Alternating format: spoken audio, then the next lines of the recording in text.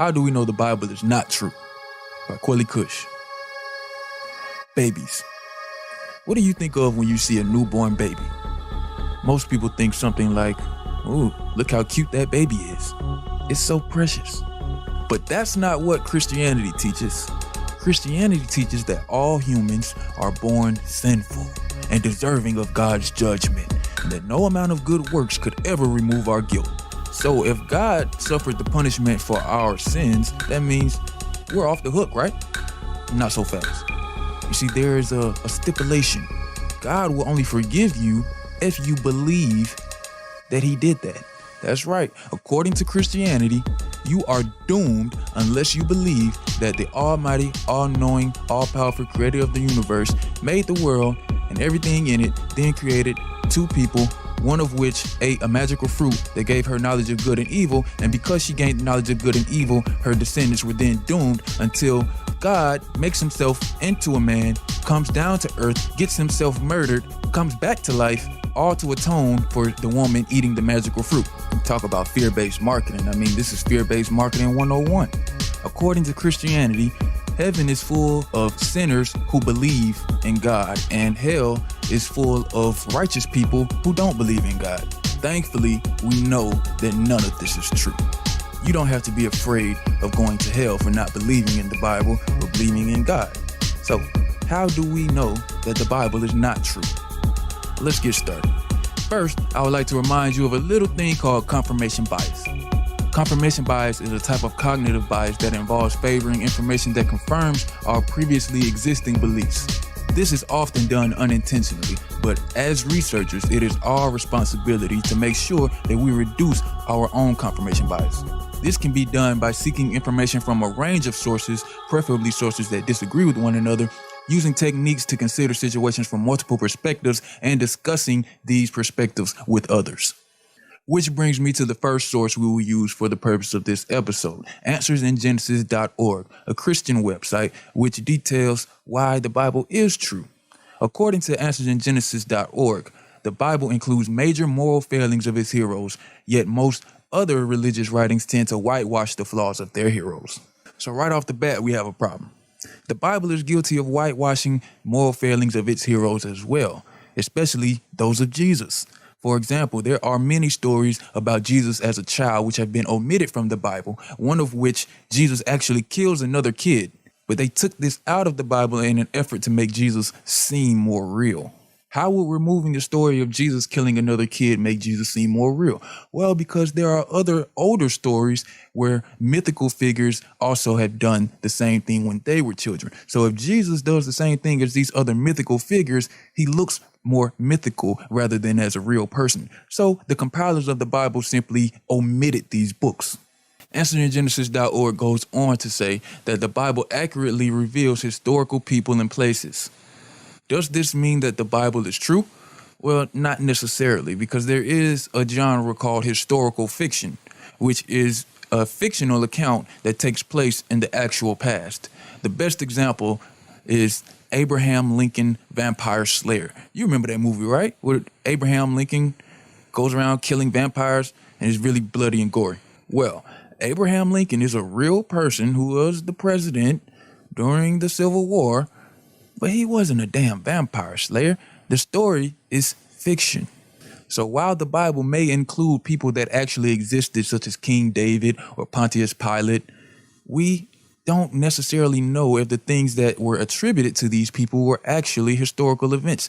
We need extra biblical evidence in order to conclude that. Evidence that we simply don't have. Strike two for the Christians.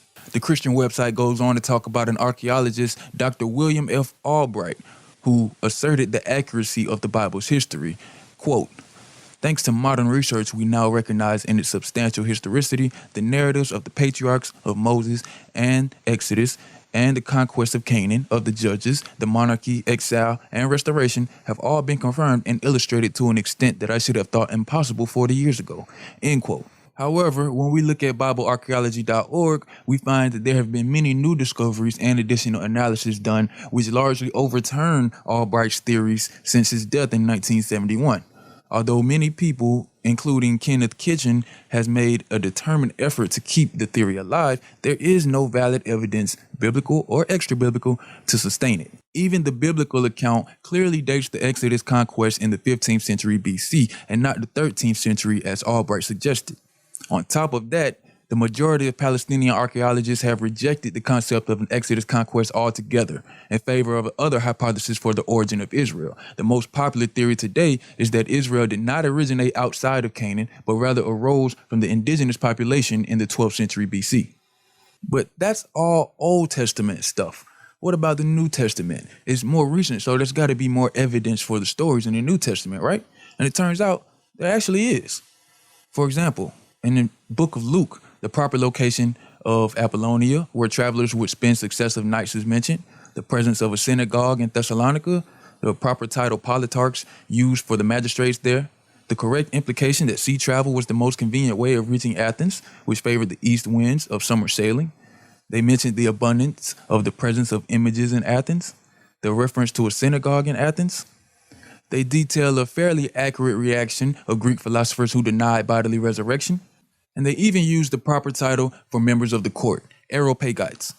However, everything I just listed can be found in the same chapter, so this doesn't lend credence to the historicity of the entire Bible. Rather, it only proves that the author of Luke had some intimate knowledge of the people and the places he was writing about. Remember what we said about historical fiction and Abraham Lincoln not being a real vampire slayer? Well, this could be true for the book of Luke as well. Furthermore, none of these things touches on the real meat of the Bible, i.e. Jesus and the virgin birth and the resurrection. That's what we care about. Is that true? Luke doesn't talk about that in any of these accounts. So the fact that some things are accurate is utterly trivial in the sense of proving that the Bible is true, at least the parts that we care about. Think about our example of Abraham Lincoln. If I told you that Abraham Lincoln was a vampire slayer and you said you didn't believe me, and then I showed you a movie that had all of the correct names and places, does that prove that Abraham Lincoln was a vampire slayer?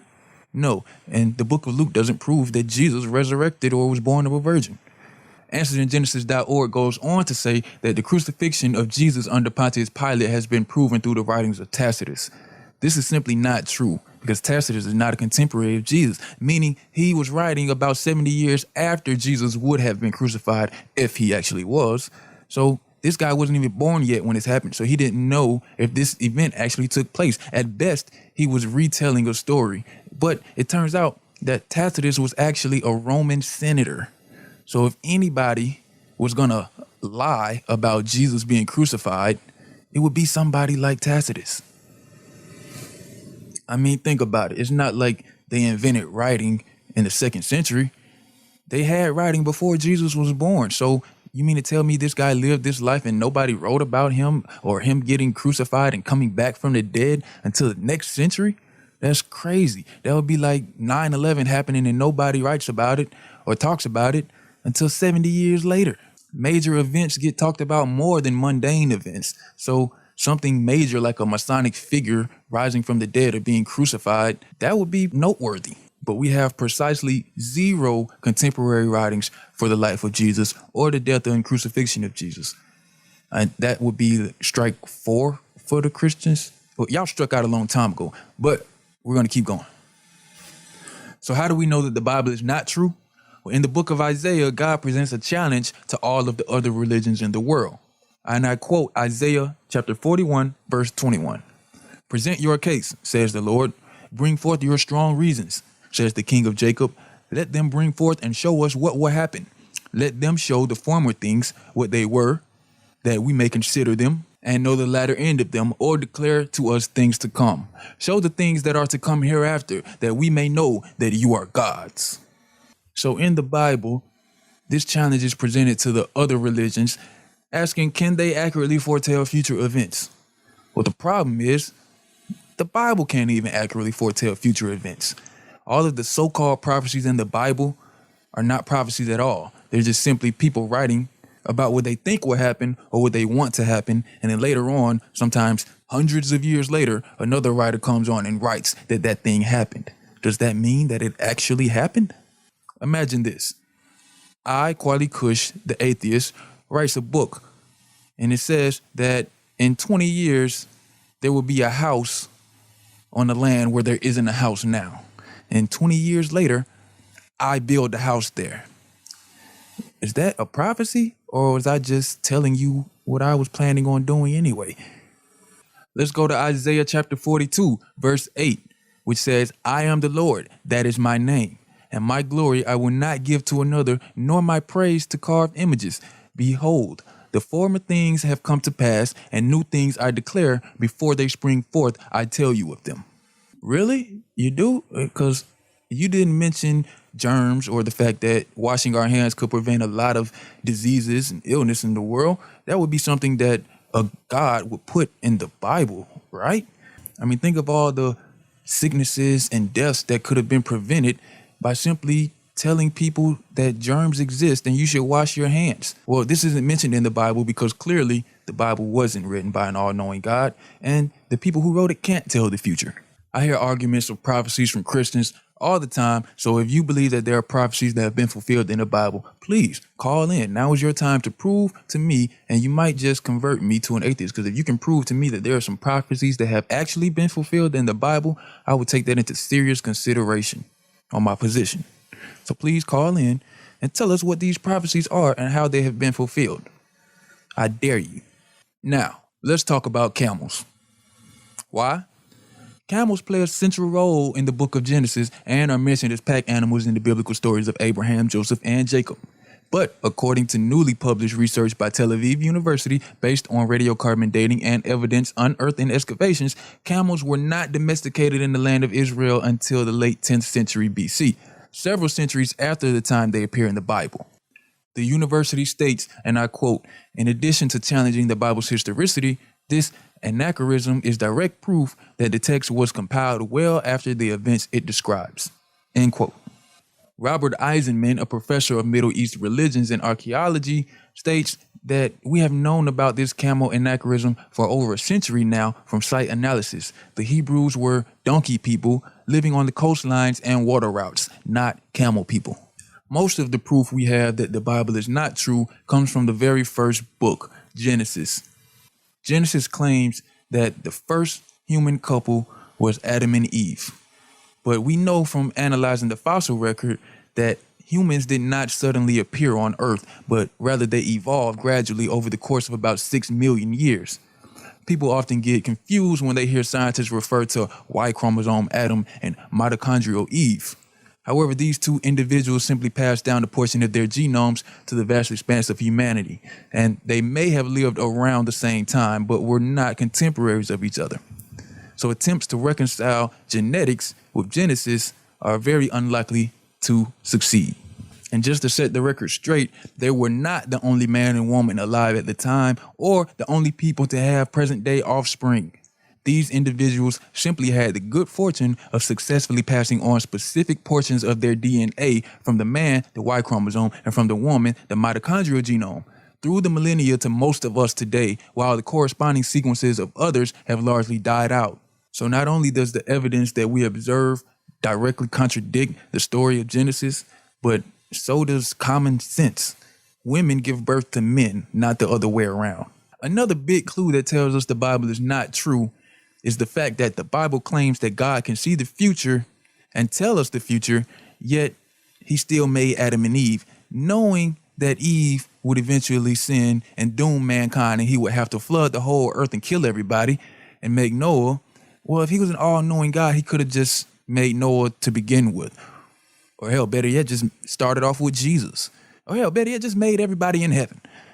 But God made Adam and Eve, so he couldn't have known the future. If he did, it's almost like he's dooming us himself because he knew it was going to happen. So clearly this all-knowing attribute that people attribute to God and that the Bible claims that God has cannot be true at the same time that Genesis is true. Something's got to give. Either it's all bullshit or one of them is bullshit, but they both can't be true. God can't be all-knowing and make Adam and Eve knowing what's going to happen and then come back and try to redeem what happened. That is idiotic and senseless and pointless, and an all-knowing being would know that, especially if he can see the damn future. Likewise, We have overwhelming evidence that the flood mentioned in the Bible never happened. There have been hundreds of archaeological excavations that have attempted to find evidence of an apocalyptic flood such as is described in both the Bible and the Epic of Gilgamesh, but precisely zero have succeeded. There is no trace anywhere on the planet of a devastating global flood. And not to mention the simple fact that there is not enough water molecules on the planet to cover the entire surface of the planet up to Mount Everest. Another clue that tells us the Bible is not true is that there is absolutely no proof that the Exodus and the related miracles, the devastating plagues, the burning bush, the parted sea, the manna in the wilderness, actually occurred. While turning up artifacts as far back as the late Stone Age, excavations in Sinai did not produce a single piece of evidence for the Israelites' 40-year wandering in the desert. Most biblical scholars today widely agree that there was never any mass migration of the proportions described in the Bible. It is estimated that the diaspora would have numbered around some 2 million people out of an entire Egyptian population in 1250 BC that would have been about 3 million. Not to mention all three of the world's main monotheistic religions, Judaism, Islam, and Christianity, love to talk about Moses. He takes up about 15% of the Christian Bible and is mentioned 136 times in the Quran, more than any other prophet. He remains a universal symbol of liberation, leadership, and law. He was immortalized by Michelangelo. However, archaeologists and biblical critics argue that there is no direct evidence for Moses' existence. And much like many other parts of the Bible, details about Moses' life, such as him floating as a baby in a basket in the Nile, appear to originate from earlier legends. So what have we learned? Through the fossil record, we know that Adam and Eve never existed, and we just learned that Moses never existed. But let's talk about somebody who actually did exist. King Herod. King Herod was the ruler of Judea from 37 BC to 4 BC, and he was a bloody tyrant. In fact, he actually had several members of the Jewish government be executed when he died so that people would be sad. However, there is no record that King Herod's massacre of the innocents, as depicted in the book of Matthew, actually happened, in which he attempted to kill every male child under 2 in his kingdom in an attempt to destroy the baby Jesus. This, much like Abraham Lincoln Vampire Slayer, is an example of historical fiction.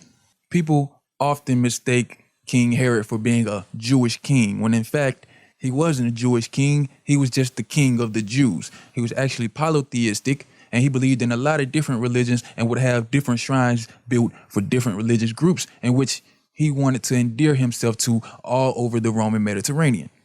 Now let's get to some controversial topics. The contradictions in the Bible.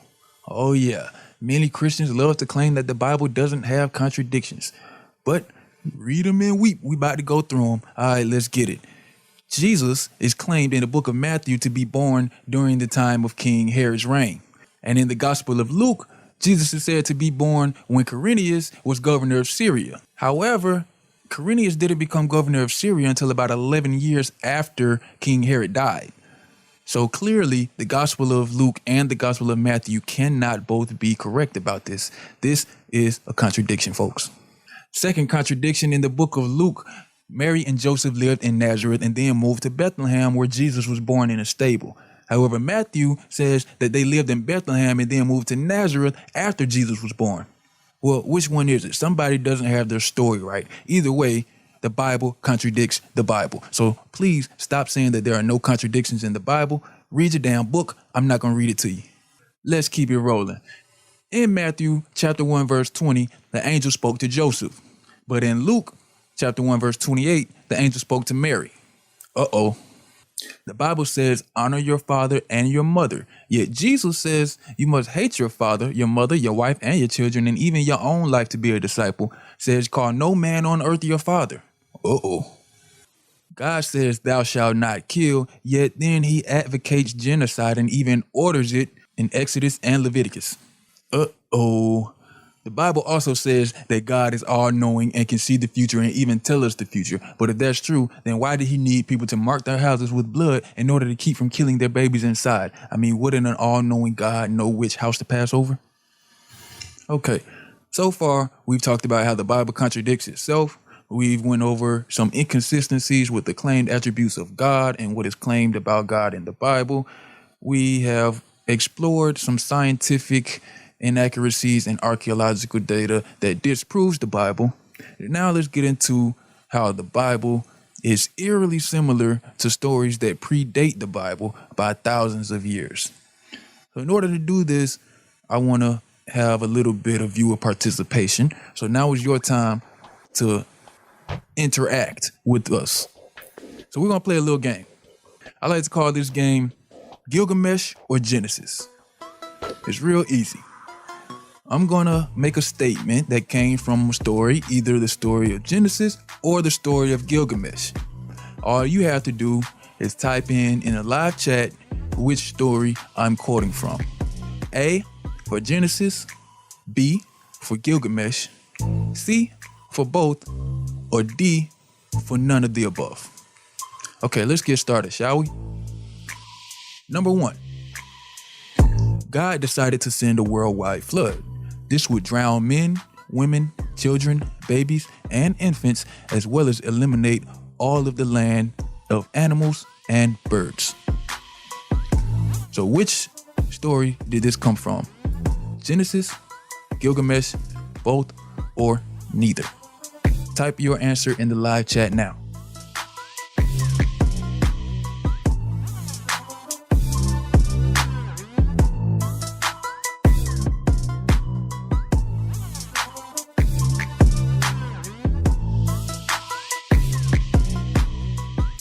If you said A, you're correct.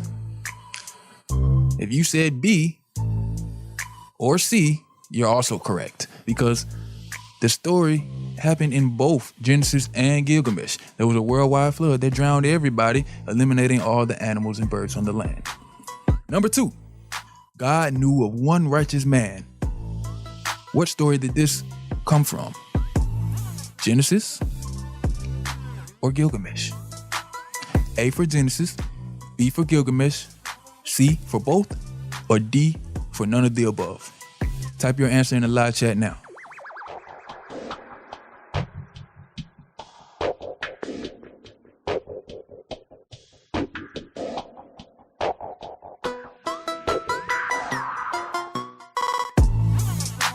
And the correct answer is C. Both stories depict of God knowing of only one righteous man. In Genesis, the man is Noah, and in the Epic of Gilgamesh, his name is Ut-Napishtim. Number 3, God ordered a hero to build a multi-story wooden ark, and the hero initially complained about the assignment to build the ark. Which story did it happen in? A, B, C, or D? Type your answer in the live chat now.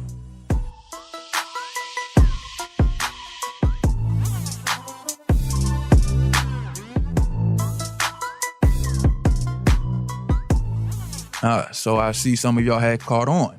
The correct answer is C, both. Now keep in mind that while playing this game, the Epic of Gilgamesh is an epic poem from Mesopotamia that predates the Bible by about 2,000 years. Number 4, the ark would have had many compartments, a single door, was sealed with pitch, and would house 2 of every animal species. What story is this from? Genesis, Gilgamesh, both, or neither?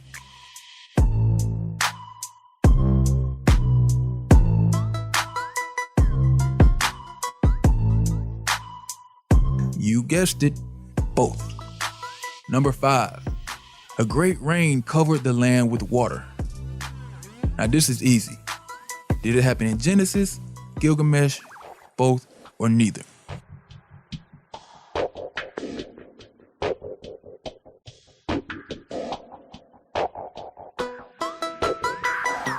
That's right. In both stories, a great rain covered the land with water. Now, number 6, the ark landed on the mountain in the Middle East. So which story was this? Which story did the ark land in the Middle East? Genesis or Gilgamesh? Or was it both? Or neither? Maybe it's a trick question. Type your answer in the live chat now.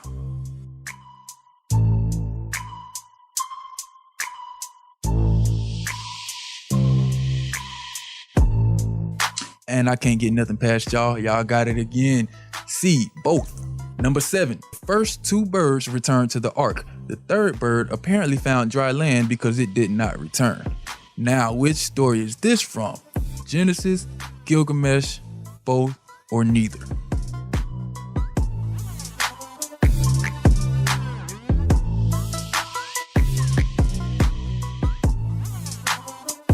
Now, see, I tried to trip you up that time, but the answer is both. C. Number 8. The hero and his family left the ark, ritually killed an animal, offered it as a sacrifice. A, B, C, or D? Type your answer in the live chat now.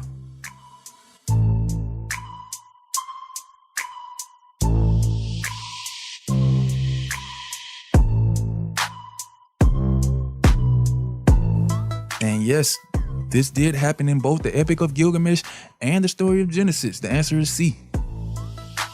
Now, I know some of y'all gonna get this one wrong. One of these stories, either the Epic of Gilgamesh or the Book of Genesis, depicts the gods being sorry after the genocide that they had committed. Which story was it? Genesis, Gilgamesh, both, or neither?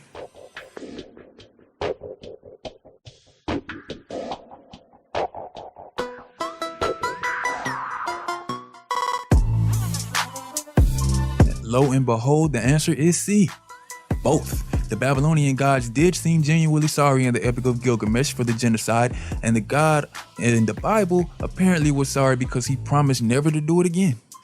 Now keep in mind, folks, the level of detail in these stories. It's not just a matter of a flood happening in both stories, but there are specific details. 3 birds sent out, resisting the call to build the ark in the beginning, a single man being chosen by God to build the ark. Now, consider the fact that the story of Gilgamesh predates the Bible by about 2,000 years. So do you honestly think that the writers of the Bible had never heard of the story of Gilgamesh? And if they had heard it, that means they were simply rehashing an old popular tale. So what does that say about the Bible's truthfulness? Now let's talk about the life of Jesus. Jesus, revered by many because they believed that he was born of a virgin and died and resurrected, performed miracles like healing the sick, walking on water, turning water into wine, etc., etc. But what if I told you that Jesus wasn't the first person to do any of those things? Actually, he was the last one. There are many characters that predate Jesus by thousands of years that we all consider to be mythical, but they are told to do some of the things that Jesus has done, including the virgin birth and the resurrection. There is that of Asclepios, who healed the sick, raised the dead, and was known as a savior and a redeemer. And then we have the myth of Hercules, who was born of a divine father and a mortal mother, just like Jesus, and was known as the savior of his world. And we have that of Dionysus, who was thought to literally be the son of God, born from a woman who had not had sex with a man, and was depicted riding a donkey. He was a traveling teacher who performed miracles and was killed and resurrected, after which time he became immortal. Again, that's Dionysus, not Jesus. Then we have that of Osiris, who did all of those things and was born of a virgin, was considered the first true king of the people, and when he died, he rose from the grave and went to heaven. Osiris' son, Horus, was known as the light of the world, the good shepherd, and the lamb. He was also referred to as the way, the truth, and the life. His symbol was a cross-like symbol. And there's that of Mithra, whose birthday was celebrated, guess when? On December 25th, his birth was witnessed by local shepherds who brought him gifts. He had 12 disciples, and when he was done on earth, he had a final meal before going up to heaven. Sound familiar? On Judgment Day, he will return to pass judgment on the living and the dead. The good will go to heaven, and the evil will die in a giant fire. His holiday is on Sunday, because he's the sun god. His followers called themselves brothers and their leaders fathers. They had baptism and a meal ritual where symbolic flesh and blood were eaten. Heaven was in the sky and hell was below with the demons and sinners. And then we have the myth of Krishna, who had a miraculous conception where 3 wise men were able to come to because they were guided by a star. After he was born, an area ruler tried to have him found and killed. His parents were warned by a divine messenger, however they escaped and were met by shepherds. The boy grew up to be a mediator between God and man. And then there's Buddha, whose mother was told by an angel that she'd give birth to a holy child destined to be a savior.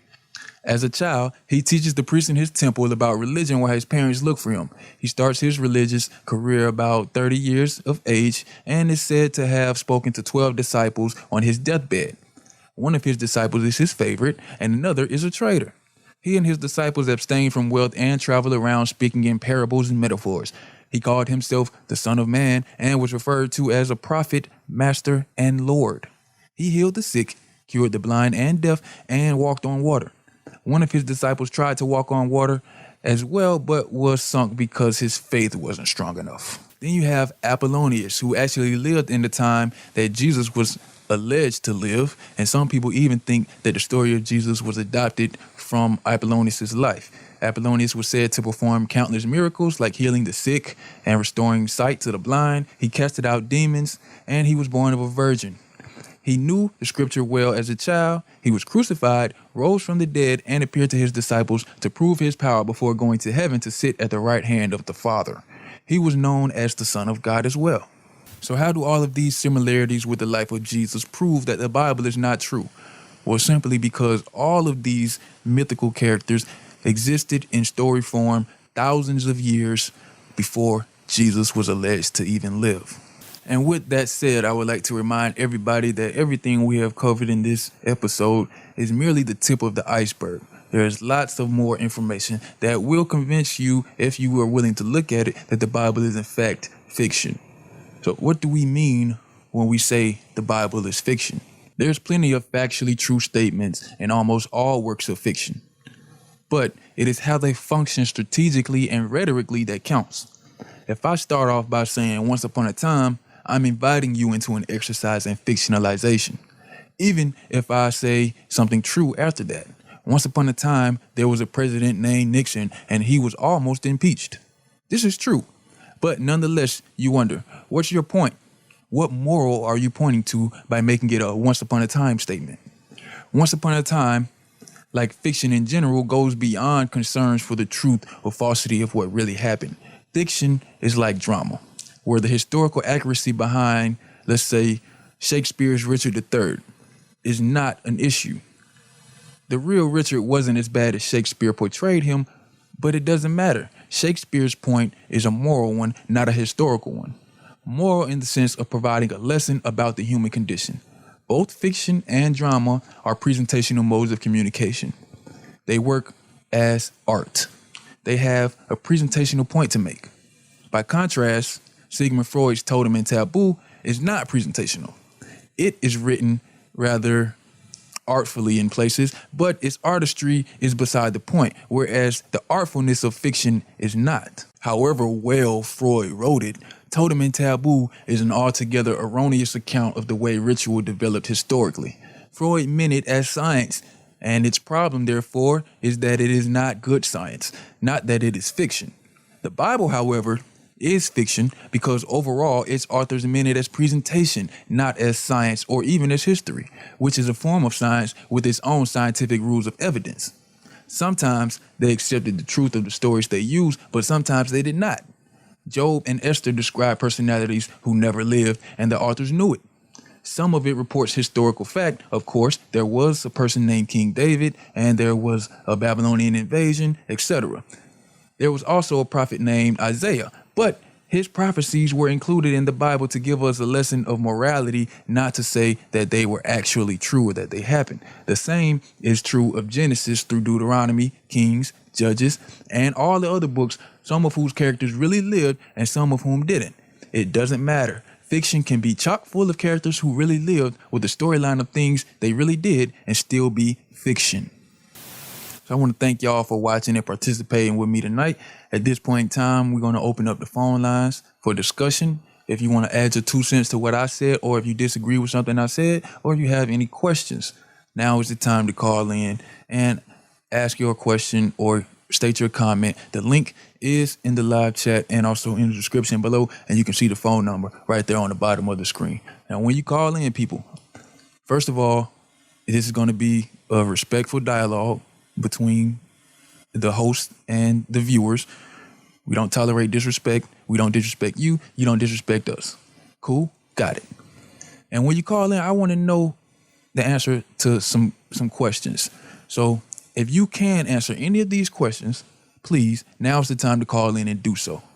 I want to know, how is Jesus' crucifixion a sacrifice if he rose from the dead? I mean, when you sacrifice something, it's gone. But Jesus rose from the dead 3 days later. So was it really a sacrifice, or was it a bad weekend? I mean, if he was immortal in the beginning of time and he's immortal today, where's the sacrifice? I also want to know that if Jesus' death was supposed to be the sacrifice for our sins, then how come we still have to accept him as our savior to avoid an eternity in hell? What did his death really accomplish? I also want to know, why does the Bible talk constantly about how to manage slaves and how to kill one's enemies, but doesn't talk about things that we think should be straightforward things we get from a Bible, like wash your hands and prevent illness and disease? Don't touch little kids in a sexual way. Like, why isn't any of that stuff in the Bible? And also, I want to know, why does the Bible mirror stories that predate the Bible by thousands of years? Why is the life of Jesus so eerily similar to other mythical figures? Is the Bible a big book of plagiarism, or is there some other explanation here? These are the things I want to know from Christians or Bible believers. Please call in now and let me know. And while y'all get y'all calls together, your phone, your computer, or whatever, get your hair together, make sure you're looking all right, because you're going to be on camera. Get you a sip of water so you don't sound crazy. We're going to go to commercial break. We'll be right back after this. I absolutely love to read books, but honestly, sometimes I just don't feel like it. That's why I'm so grateful that I have a membership with Audible. Now I can have someone read books to me on demand whenever I want. Now I can listen to audiobooks while I'm exercising, cleaning the house, or visiting the royal throne. Sometimes I even like to listen to audiobooks as I fall asleep. It's actually quite relaxing. My Audible membership gives me thousands of books to choose from, which is why I'm recommending it to you. And if you use the link in the description, you can get 2 free audiobooks. That's 2 books of your choice, absolutely free, just for signing up via the link in the description. And you can even give Audible as a gift for someone you care about. Join Audible today. Hey, what's up? This is your boy Quali Kush. If you like the videos on this channel, then why not visit our website, qualikush.com. We post every day with topics ranging from religion to science, critical thinking, black-owned businesses, and much, much more. On the website, you'll also find links to all of the other social media related to Quali Kush. I personally post a book recommendation daily to the blog, and we are 420 friendly. So come on down, visit us, leave a comment, and let us know what you think. QualiKush.com.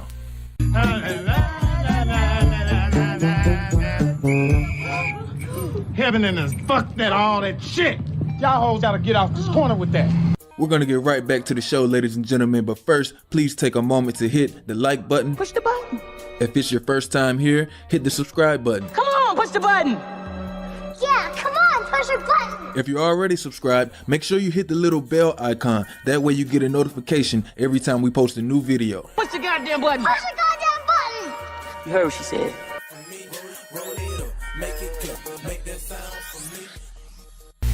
I absolutely love to read books, but honestly, sometimes I just don't feel like it. That's why I'm so grateful that I have a membership with Audible. Now I can have someone read books to me on demand whenever I want. Now I can listen to audiobooks while I'm exercising, cleaning the house, or visiting the royal throne. Sometimes I even like to listen to audiobooks as I fall asleep.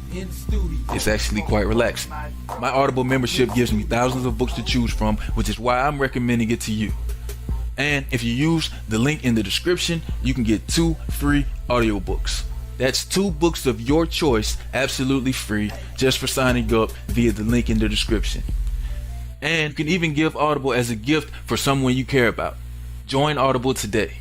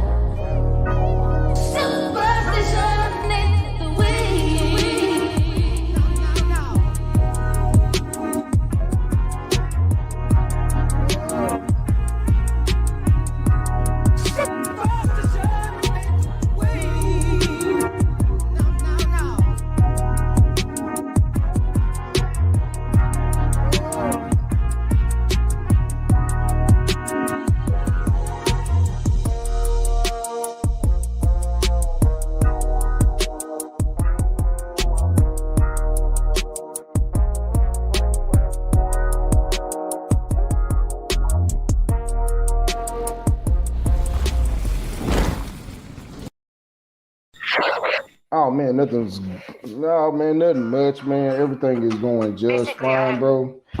Man, it's been a crazy week for me, man. But yeah, man, shoot, you really killed it, man, with your presentation, man. I don't think we can do any damage. Like you said in the beginning, Christianity took a loss a long time ago. Even Christianity took a loss even when it first got started. You know what I'm saying? But my thing is, how did this motherfucker gain traction? How did it even gain that much traction even within the black community? And no matter what you show black people, even showing them this objective and empirical evidence, they're still going to reject it. You know why? Because of the fire insurance. Well, let me believe just in case this is true. Let me believe if Quayle's right, then they ain't got nothing to lose. You know what I'm saying? But if he's wrong, I got everything to lose if I believe him. So that's Pascal's wager. So you already know. So even with the people I even tried to tag the guy I beat up. You know what I'm saying? I ain't gonna lie, the debate was a good battle. You know what I'm saying? It was a good back and forth. If they was on the show, they would saying that they would call you a straw man. They would say that you did a lot of straw manning, but they would have to prove where you did the straw man in that. So, but yeah, man, you really killed it, man. But you can't straw man the truth. You know what I'm saying? So, but yeah, I really enjoyed the presentation, man. And me coming out of Christianity when I was 28 after coming out of seminary, Jarvis Christian College, it really gave me some kind of okay. I was just what's going on my computer? So I forgot you had this one. But yeah, man. So this type of information really helped me out. You know what I'm saying? And I've been trying to get my girl on it. You know what I'm saying? But she still go to church every Sunday. But like I said, it's for her fire insurance. She said, "Well, what if you wrong?" So what if you wrong? And well, if I'm wrong, I ain't got nothing to lose. You know what I'm saying? If I'm wrong, if I'm right, then I got everything to lose, or something like that. She was saying. Exactly. You know what I'm saying? What makes you? Yeah, that's the whole. When we did that presentation about which heaven would you go to if you believe in the Christian heaven and hell? You know what I'm saying? So, but yeah, you know what I'm saying? I said, well, what if you wake up in the Hindu heaven or hell? You know what I'm saying? Because everybody, you know what I'm saying? Because if everybody had these near-death experiences, and they always say they're like people in India, they say that they seen Vishnu. People in America say they seen Jesus. So how do we know this is right when you got two different religions saying they seen their deity? You know what I'm saying? The people in Greece said they probably seen Hercules or something. You know what I'm saying? So how do we know that these near-death experiences are true? We cannot. You can't test it. You know what I'm saying? Your body don't gain weight when you leave your body and all this other bull. Oh, come on. It's just like, this is the thing. See, Christianity teaches that, I think Christianity teaches the whole death concept, the soul concept, which they basically got it from ancient people. You know what I'm saying? It talks about the soul, solar, the solar plex. You know what I'm saying? That's where all it come from. But when Christianity got their hands on that concept, that's when they started teaching that, well, if you be a good person on earth and you do what we say and all this other stuff, your soul is going to send to heaven. But if you be a bad person, you're going to go to the lake of fire and all this other bullshit. It sounds like a Santa Claus concept to me, because that's how you get kids to behave throughout the year. Well, if you don't be good all year, Santa Claus not going to buy you that Xbox One X when Christmas time comes around. So you better be good all year, or you won't get it at the end. See, that's why Christmas is at the end of the solar year. You know what I'm saying? So, and they have to use that concept, like, my mom still does that to her grandson. You know what I'm saying? Not my son, because my son know better, but my sister's son. You know what I'm saying? She still do that Santa Claus shit with him. I'm like, Mama, that boy is not going. Anyways. Yes. I want somebody out there in the audience to call in or click the link and, burst my bubble. Tell me that I'm wrong and why I'm wrong, because I don't want to be wrong no more. I want you to correct me so that I can be correct. Yeah, we want to be converted, man. We want y'all to just give us the light of Christ. You know what I'm saying? Bring the light of Christ to us. That's why we have this call-in show. You know what I'm saying? Because we're trying to get the truth, because apparently this belief system is still gaining so much traction. It's not even funny. So we want to know what y'all feeling, because we couldn't when we tried the shit, we couldn't really feel it. We couldn't feel the Holy Ghost. None of that shit, man. We thought we was feeling it, but it was just really like it's like listening to your favorite song, right? I know when your favorite song come on in the club, you get really hyped. Just like in the church, when you listen to when a church song that really tackles your emotions, you get really emotional. Like any song, they can feel the Holy Ghost with any song. It's really not feeling the Holy Ghost, you know what I'm saying? It's the vibrations and the beats of the music that actually gets you going. You know what I'm saying? You be sitting in your car on your radio, you be listening to, oh, I'm tired of hearing Drake, but next thing you know, another song comes on and you really like, oh, this is my shit. Same thing with the church, you know what I'm saying? You're like, oh, happy day, whatever. But then that special church song that they always sing comes on or whatever. That's when it really gets your emotion. It's really an emotional connection to the music. You know what I'm saying? Emotional and physical connection. That's all it is. You know what I'm saying? And the whole singing in the choir, bringing music. A lot of Christians don't even do that. What's that, like Church of God in Christ? They don't do that. They don't sing hymns and all that stuff. They don't play music. Is it Jehovah's Witnesses, Church of God in Christ? They don't play music, instruments. They just sing hymns and stuff. But what is that doing though? Nothing. It's not doing a goddamn thing for you. My girl thinks if she give the church $5 every week, that she's gonna get a blessing. Next time she go to church, ask her what she learned today. What you learned at church today, babe? I did ask her that. She told me the same thing she told me last Sunday. What, not a damn thing? Yeah, told me the same thing that last Sunday, nothing. So, yeah.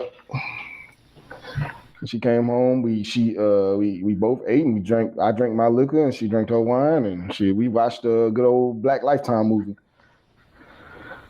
So that's pretty much what we do on Sundays. I cleaned it. Yeah, go ahead. So many people still believe in the religion, or at least part of the reason, at least 50% of it is because it gets reinforced. When you go to church every week, it gets reinforced. Or even if you just go like once a year, some people only go on holidays and stuff, but that's still reinforcing this idea in your head. So I want everybody right now, if y'all can hear me, just try to remember when you first found out about God. You probably were so young that you can't remember it, but try to remember when the first memory you have about learning about God. And did you find out about God the way you find out about other things? Like the first time you touched yourself and you felt that tingle? That was real. That was tangible. You didn't have to hear about that. God didn't come touch you when you feel something. You just heard about God. I'm pretty sure.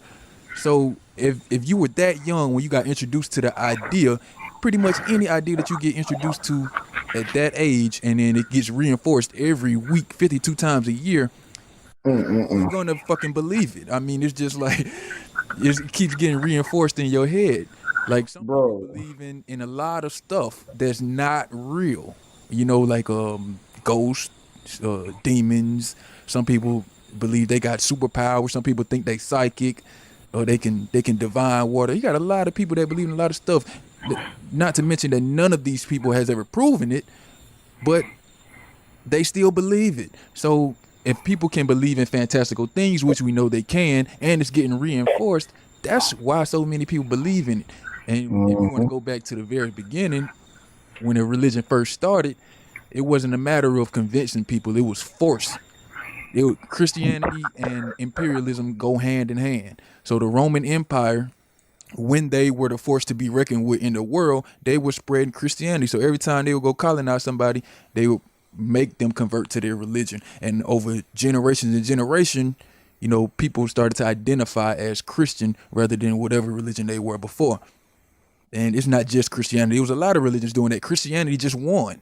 It just became the most popular. Christianity and Islam and Judaism. But they all, spring out of Judaism. But it's a matter of reinforcing these ideas over and over again and forcing you to believe it. Because I know some people get forced to go to church. Like when I was a kid, I used to get forced to go to church. I ain't like it because I wanted to stay at home and go outside and play with my friends because they was outside playing. And I had to go to church every week. And I was like, man, I want to go outside. And church was so boring. I'd be in there about to fall asleep. But I still felt some kind of way when they passed the collection plate around and I didn't put nothing in it. It make you feel shitty. So it kind of make you give the church money because you feel like you're missing out or you left out, you're not part of the crew if you ain't put no money in the plate. But then when you get older and you realize, wait a minute, this church ain't got to say what they do with the money. I don't see nothing new in this church, but the pastor got a new car. Pastor got a few new cars. Man, you know, the pastors, they don't even believe their own shit. You know what I'm saying? They doing it because they know that people are gullible and they're gonna buy into it. They're gonna buy into this tithes and offerings, but they don't even read the book on tithes and offerings. You know what I'm saying? I can bring Tazaria scary ass up in this motherfucker, and he'll tell you that the tithes and offerings is bullshit. You see what I'm saying? So, you know, that's, you know, and it boggles my mind that they don't believe they're Christians either. But the fact of the matter is, Tazaria be asking for donations, though. So Tazaria told me that those pastors are really asking for donations, and they do got the misconceptions on tithes and offerings. I mean, come on, man. I know the church I went to in the South, man, down here in Texas, we had like 3 collection plates passed around, for real. Like, come on, God gonna bless you. Come on, just give to the Lord. Lord needs building of his kingdom. I said, well, how many Mexicans do this nigga got? You know what I'm saying? That he need to pay to build this damn kingdom he got. So, you know, man, I know them niggas ain't gonna take no more than $5 an hour. You know what I'm saying? So what God needs this extra money for? Man, to me, God is like Suge Knight, bro. I'm just saying, back in the day, man, for real. Yeah, so damn, boy. The Death Row Records, nigga. You don't believe in me, nigga? I'm sending your ass to Death Row. Nigga. You know, I would respect the religion more if they just called it that. If they said, you know what I'm saying, get down to lay down, motherfucker. And I would probably respect it more. But they try to trick you into believing the shit. Like, oh, we love you, but you don't believe you're going to go to hell. You know what I'm saying? That's why I started the video off explaining to people that it's the belief that they want to get you to have, not the fact that you're a good person. A lot of people like to say, oh, I'm a Christian, and what they really mean is I'm a good person. But Christianity and being a good person don't go together. Christianity is all about belief. It ain't about what you do. So get that through y'all head. You can do whatever you want to do and go to heaven if the Bible is true. All you got to do is believe. So you can be Ted Bundy, you can be Adolf Hitler. If you believe in Jesus and he saved you and resurrected for your sins or whatever, then you going to heaven. So God is like the most irresponsible parent ever, because he could see the future and he knew what was going to happen, but he still created mankind just to kill them all and flood the earth. Is it funny that God needed sin to? It seemed like God needed sin for his creations to work. He must have. Because why would God put a tree of knowledge of good and evil, or tree of knowledge? Let's just call it that. Tree of knowledge, good for food, pleasing to the eye, and good for gaining knowledge. Those are 3 good attributes to that tree, but it's supposed to be bad. So how you gonna have good attributes to a tree that's supposed to be bad? And it's like, and I asked Christians can't even answer this question. I said, what if Adam and Eve obeyed God? What if they never ate the tree of knowledge? You know what I'm saying? So that lets me know that God needed that to happen so he can have a reason to create hell and the reason to send himself on a suicide mission in human form, so he can basically create this hell, you know what I'm saying, and create the rules defined by whether you go there or not. You know what I'm saying? As far as like, well, if you and it's based on belief. It's not if you're a good person or not. It's based on if you just believe or not. So you can be a motherfucking Ted Bundy, but on your death, when they get ready to kill you, you can say, I accept you as my Lord and Savior. And God will say, okay, come on in, my son. I don't care how many women you done killed and guts you done fucked and shit like that. You're still my son and I love you. Come on, man. Right. And let me ask you a question. When you answer in the complete sentence, because some people probably can't hear the question. But if you say, hypothetically, you and your girl got pregnant. She got pregnant, right? And you had some type of insight into the future, and you knew that your future child was going to grow up to be like the next Adolf Hitler. Would you go ahead and have that child or abort that child? If I had foreknowledge of me and my girl's child growing up to being Adolf Hitler, damn, that's a real tough question, because I'm pro-life and pro-choice. If you knew your child was going to grow up and kill like 8 million people, you knew that was going to happen. Would you go ahead and raise that child, or would you say, you know what, we might have to abort this one? Personally, I would keep the child if I can basically alter the future. But if I knew it was no chance of whatever I do, bought him games, took him fishing, put him in football, he's still gonna do the shit. Nah, I'll get rid of that motherfucker. So, I don't know, man. It's really a toss up, man, because I don't want to sound like I'm gonna kill kids. You know what I'm saying? So, but God was still letting the motherfucker come alive though. So I guess if I say yeah, I would abort the child, that would make God better than me, in a way, because God knew that Adolf Hitler was gonna live, and he killed 8 million people. So, but that's in God's position, it's a trade off. Cause see, what are you gonna save Adolf Hitler's life or the next Adolf Hitler's life? But you basically killing 8 million people because you allowing him to live, knowing that he's gonna do that. So you could kill one person, or you could kill to save 1,000. Yeah, that's actually kind of a true saying. Like, even though it was like, cause I get the movie reference I'm getting is like from that movie One. She said, "You kill one, save 1,000." You know what I'm saying? So that could be a good thing, but like I said, none of us knew. Nobody knew that, and not even Hitler's parents even knew that he was going to be that. But God, supposedly, if he was real, he knew that shit. So that must have been God's plan. So, yeah, if I knew, I ain't gonna lie, bro, I probably would. I mean, I know I definitely would. If I knew that my child was gonna grow up to be the next Adolf Hitler, I probably wouldn't want to have that child. You know what I'm saying? I just try again with another one. If I could see the future and I knew that was gonna happen and I couldn't stop it. You know what I mean? But I think the reason why we have these questions is because the Bible is simply not true. That's why it don't make no sense, because it's not true. Because clearly, if it was true, you wouldn't need this fear factor to get people to believe it. You could simply convince people with the evidence. But if somebody tell you, hey man, I want you to believe this, but there's a reward if you believe it and there's a punishment if you don't, but you can't get either one until after you die. Well, how do I know if you're telling the truth? I gotta die to confirm what you're telling me. So you actually asking me to have blind faith. That's why it's so important. And the Bible is actually an acronym for based on illogical beliefs with lack of evidence. Do we have a call? I heard a beep. Oh, no. I don't see nobody in here. I was trying to get Sharon Savage on here. She was on earlier, but she left. And somebody else, Jesus TV, I guess he got scared. You know, I don't blame you, because you can't argue with facts. You know what I mean?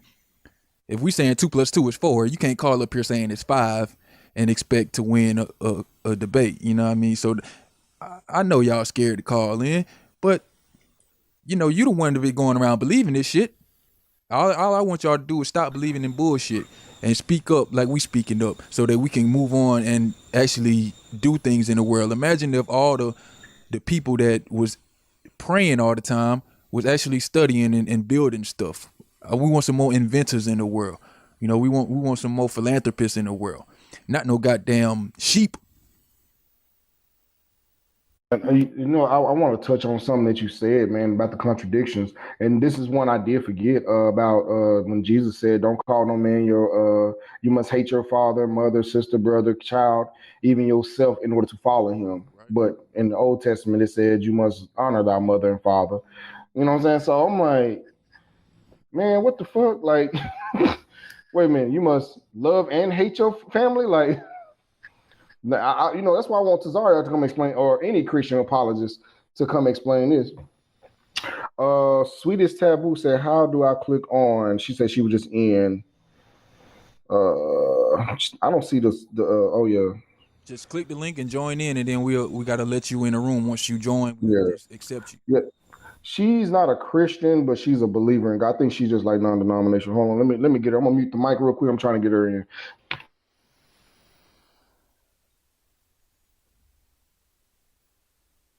Well, yeah, man, why he do that, it is a lot of contradictions in the Bible. And really, I didn't spend a lot of time on the contradictions because I've already seen other people like Sinetta go real hard on the contradictions in the Bible. So if you want to know about contradictions, just go there. I didn't want to redo something that's already been done well. You know what I'm saying? So I'm not the guy that you got to come to for that, per se.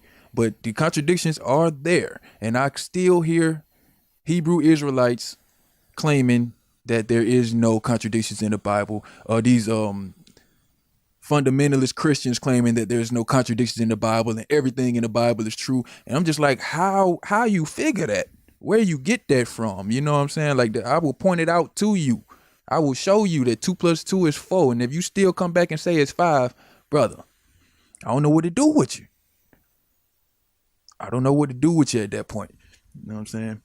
These folks be tripping. But one thing I can say about Captain Tazariak is at least he has an answer. At least he have an answer. This shit Yeah, be a good answer, but at least he say something. and as a matter of fact, that nigga know how to pull an answer out of nowhere, bro. It's just like, how this nigga know? Like, damn, like he know how to defend that Bible. He's one of the best Bible defenders I've ever heard. He does better than the apologists. I'm not gonna lie, I gotta give it to Tazariak, man. Even though he don't believe the shit he preaching. I mean, he just doing it to sell his shea butter and get donations. Tazariak don't believe that shit. You know what I'm saying? Tazariak got that. Look, Tazariak came right now, bro. I'm telling you, you will have at least 500 people in your chat. Plus. Because when Tazariak come, he bringing a fleet with him. He bringing all his sheep with him. Cause see, I be wondering like how the people that be on like the House of Consciousness and other channels, y'all, they been on these shows having debates and conversations for years. I know at some point that shit gotta get to you. Like at some point you got to be like, okay, he got a point about this. Somebody got to have some leeway. Either some non-believers got to become believers, or some believers got to become some non-believers. Ain't no way y'all debating for years and ain't nobody convinced the other person nothing. You know what I'm saying? Somebody got to change position at some point. So big up to all the atheists out there, because I know most atheists didn't start out as atheists. You had to change your position, and it takes a lot of courage and intelligence and research to have the fortitude to say, you know what? I might have been wrong about that, what I thought I believed. It take a lot to do that shit. It's not easy to confront your own beliefs. So I commend everybody out there that stand up for the non-believers, the free thinkers, the humanists, the atheists, whatever you want to call yourself. Long as you ain't out here believing in fairy tales, I fucks with you. Right. You know what I'm saying? Another thing, when it comes to that fairy tale, I call it a comic book too. And Christians get mad when I call it a comic book. They think that the world is 6,000 years old. These are, now I'm glad that creationist shit is not as widespread though. Because I don't hear too much about it. I just hear I come across creationists a little bit, but I think people that Hebrews, they believe that the world is flat. Some of them do, some of them don't. Tazariak don't believe it's flat, but some other camps believe it's flat. Tazariak, well, all of them do believe in creation. Because I still need some answers to these questions, you know what I'm saying? I need somebody to tell me, how was it a sacrifice if Jesus was immortal in the beginning of time and he's immortal today? What did killing him for 3 days do? Like, what was the point of that? How was that a sacrifice? If somebody, like, if I'm dating a chick and she say she don't want to be with me no more, but she only leave for 3 days, and then she come back and say she want to be with me again, did we really break up? I don't call that a breakup. 3 days, like, and I don't call that a sacrifice either. Exactly. Nothing happened. Nothing changed. Because resurrection of a sacrifice negates the point of a sacrifice. So it's not a sacrifice because they say we were the true and living God. But nigga, did he die? That's why I sent you that meme with Jesus sitting in a car with Suge Knight the night Tupac died. Remember? I said he died for your sins, but somehow he's still alive. Yeah, you know what I'm saying? So I put that meme all over Facebook, man. I'm surprised you probably ain't see it. I don't know if you get on Facebook like that, but that meme should have been shared all over Facebook, man. I created that meme actually. Sent that in. I said he died for your sins, but he's somehow still alive. Everybody believe Tupac's still alive. You know what I'm saying? Hell, I even had a belief that he's still alive. I'm like, this nigga ain't got no funeral. I don't know, man. I'm just speculating. You know what I'm saying? But Jesus, y'all actually claim this nigga died and came back. Like, that's not a sacrifice, because if I sacrifice my son, is my son coming back? No. But your son is not all powerful. Your son is not a god. Well, shit. How do you kill a god then? You know what I'm saying? Because you But the killing whole me. thing is, they said he made ahead. himself into a man. So if he's a man, he should be able to die. When did God become You know, finite? When did God become infinite and infinite? He became infinite, but then turned himself finite back to infinite. exactly. It's like that motherfucker put in the extra life code on the game right before he was about to die and got another life, and Hey, then Quay, what left. was the code? What was the code? Up, down, right, left, A, B, A, B, start, select. It was L1 God, R1 L2 R2. yeah, God did that real quick. Like, oh shit, For real, dog. yeah. That was that was the code. I just and that was the code for Contra. Remember on regular Nintendo? Yeah. So God hit that life code real quick. Yep. But I don't know how you gonna die and come back, like, for real. You know, that's why I asked her. I said, was it a biological death or a clinical death? And I still get no answer. I'm like, man, these. Didn't we? No, we didn't ask Zach that last time he was on your show. But yeah, man. You know, like I said, back to the contradiction. No, let's deal with prophecies, man. They said, well, the world will be desolate and there will be famine and all. Man, didn't that shit happen before the Bible? We got evidence that famine and all this other shit happened long before the Bible was even written. That shit happened. They got famine back even during the BCE days. You know what I'm saying? So what makes the Bible Exactly. a prophecy when we had famine long before? You know what I'm saying? I guess they said the Great It's not a Depression. prophecy. It's not a prophecy, but see, they talking about, well, the Great Depression was a prophecy of the Bible because they had like famine, and I said, show me in the Bible where it said the Great Depression will happen. I don't want to hear no scriptures alluding to that. I want to hear that the Great Depression will happen. Show me in the Bible that the Twin Towers are going to fall into the sea. Well, that's not how the Bible works. I said, don't work at all. What the fuck you talking about? The Bible doesn't work at all. Like for real. Give me a date and time that when I asked them, I said, when was Jesus born? Was he born in Matthew 2 or Luke 2? They just like, well, one person said he was born in 6 CE. So how you going? So it became BC AD when he was born, or how you gonna be born before you born and die after you die? Like how does that work? Like when y'all do the before Jesus was born in 4 BC, so he was born before he was born, but then when he came out of his mama's womb, was it AD or what? I mean, because if y'all basically doing this dating system based off of his life and death, that would be weird. That would be like some kind of retroactive birth and abortion type shit, got going on. Sound like some Terminator shit to me. Yeah, but they had to do it retroactively because when it was the year one, they wasn't going around saying it's the year one. They changed the calendar after the fact. You know what I'm saying? They said, okay, this year that was 2000, whatever, we're going to say that was year one, and we're going to start counting from there. The Julian calendar. And I think they did that shit in like the 15th century. It wasn't even that long ago. So they did that to try to make Jesus seem like he actually lived. Exactly. Like he was counting from. They're like, why do we have the calendar saying AD and BC? That proves his existence. No, nigga, the damn calendar was invented by Gregory the VIII during 1582, I think. Yeah, that's when they became the year of our, and AD don't even mean after death. It means the year of our Lord. You know what I'm saying? They don't even know that shit. I'm gonna go to the comments. DSA said, I thought that was the MK1 blood code. Teal said the whole Bible was about becoming a good slave. Danielle said you was good.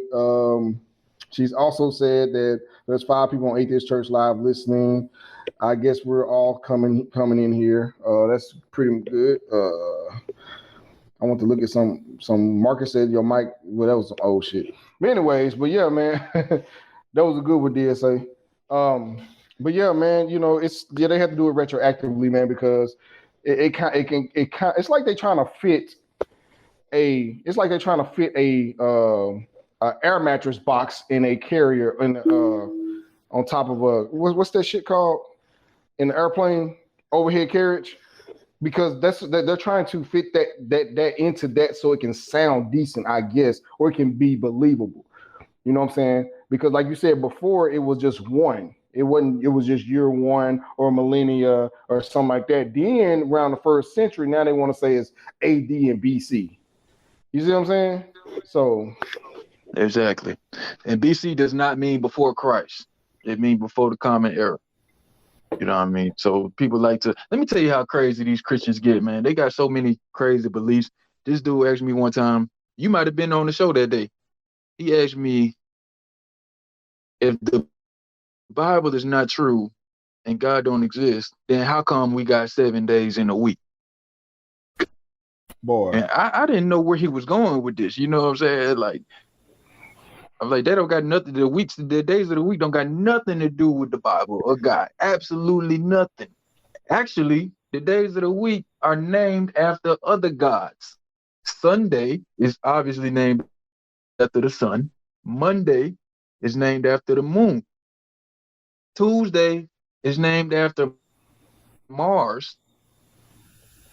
And I forgot what Wednesday was named after. Wednesday. But I think Thursday Wednesday's is named Venus. after Thor. Yeah, And Wednesday. Friday is named after Free. And Saturday is named after Saturn. Yeah, Jesus don't even got a day. He didn't make the cut. You know what I'm saying? So we don't got a G day or just day or whatever exactly. that would be. You know what I'm saying? Because So the reason why we got 7 days in a week is because the people who made up the 7-day calendar, they had 5 gods that they thought existed in the sky, and they named the days of the week after them. And then they had the sun and the moon. 5 plus 2 equals 7. It's completely arbitrary. We could have had 8 days. We could have had 10 days. It's just a calendar that we made up. Got nothing to do with your damn God. So I don't know where these Christians get these beliefs from that somehow the Bible or Christianity got something to do with our days of the week. But y'all got to stop that shit, man. Because y'all make me have to do more work. I have to tell y'all that y'all wrong every week. Like stop giving me work to do. Read your own Bible and know what you're talking about. Yeah, I can't keep correcting y'all over and over again on simple shit. If I know it, you should know it too, because I ain't that smart. That's how I feel about it. If I know it, you should know it too, because I ain't even that smart. I mean, I'm smarter than the average bell, but I ain't no fucking genius. So do better, Christians. That's all I'm saying. exactly. It's like these Christians are trying to put a square circle into a round peg. Consistently. Exactly, and trying to make things fit. You know what I'm saying? Like I say, what were we talking about? Oh yeah, the prophecies, man. Now, I can see why some Christians can believe that these things that are happening now can be some kind of prophecy. There will be sick. They try to say COVID-19 was in the Bible, but they can't show me where. But they'll allude to a scripture that kind of sounds like disease and war and shit like that. And I'm like, we had that. So you telling me that, okay, the Bible was written in 1611, right? Before that, they had a war. They had a war before that with disease. I forgot the name of that disease, but it was before the King James Bible was even written. And also, if they even read the original King James Bible, half the shit that's in the modern Bible, it's not even in the King James. They rewrote the Bible in the early 1900s. You don't have the original King James text. You have some put together shit now. You know what I'm saying? Because King James, and not to mention the books that they took out the Bible in the 1800s. Yeah, exactly. So you're not even reading it. That's why I tell Cesario, them nigga brews, that nigga, y'all are reading a new Bible. Y'all are not reading something y'all not reading the old King James, because the old King James got burnt up in London after he died, actually. You know what I'm saying? So they don't even have like his original text. Like you don't even have the original King James. You know what I'm saying? And probably pretty much nobody could not read that shit because it was saying, thou dost thee, thou. It was all that kind of bullshit. So ain't no way Cesario will be saying, thou dost this First Samuel, this. I'm like, come on, man. Y'all reading the English book and claiming it's your book. Yeah, man, it's crazy, dog. And I don't understand Black Hebrew Israelites, because they the only people that believe that they the Hebrew Israelites. Everybody else say it's the Arabs and the Jews, except a small pocket of African Americans that somehow believe that they're the Jews that the Bible is talking about. And you know why I think they believe that is because they so married to the religion, they so married to the Bible that when they find out that it's some things in there that they can't reconcile with and it don't sit right with them, they have to then do mental gymnastics to make it true in their mind. So they say, oh, this ain't talking about them, they talking about us. But they not though. You know what I'm saying? It's like DNA proves it. I Like think check your Sharon. I DNA. think Sharon Savage is waiting. Who is it? I see her in the backstage, but I don't know why I can't hear her. They say that she's unmuted, I think that's. but I can't hear her. I think that's Taboo right there.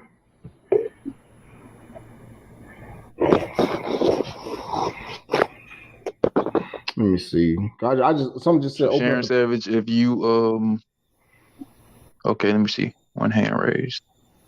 Yeah, let me answer.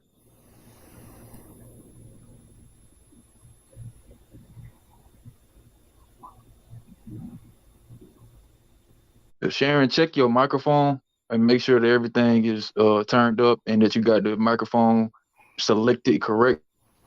If you got more than one microphone, it might be the wrong one selected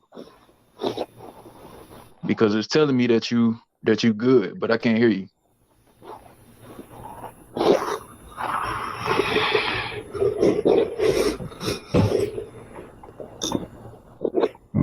Yeah, I just texted her and see if that was her. She said she was in. She didn't leave. She back right because it said she left. Jesus TV was in, but he left.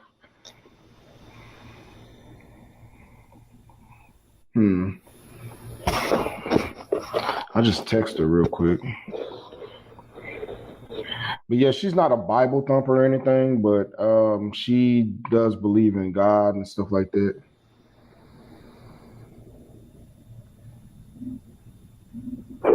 Okay. Yeah, man. So all of this that we have been discussing and everything that we detailed in the presentation is just in an effort to illustrate to you all that the Bible is not true, and it ain't no way around it.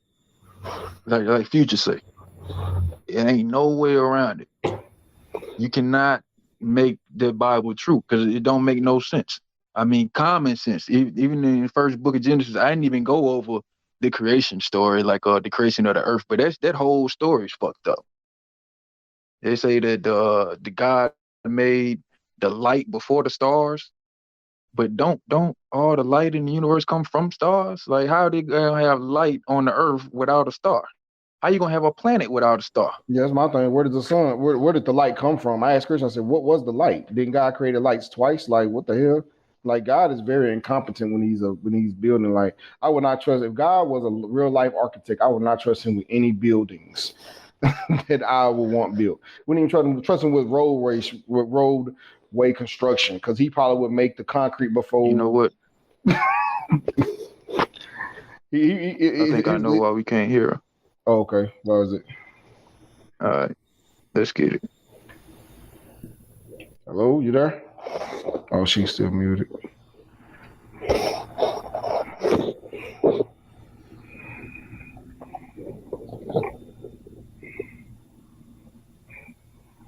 Oh, can you hear us now, Sharon Savage? You should be good.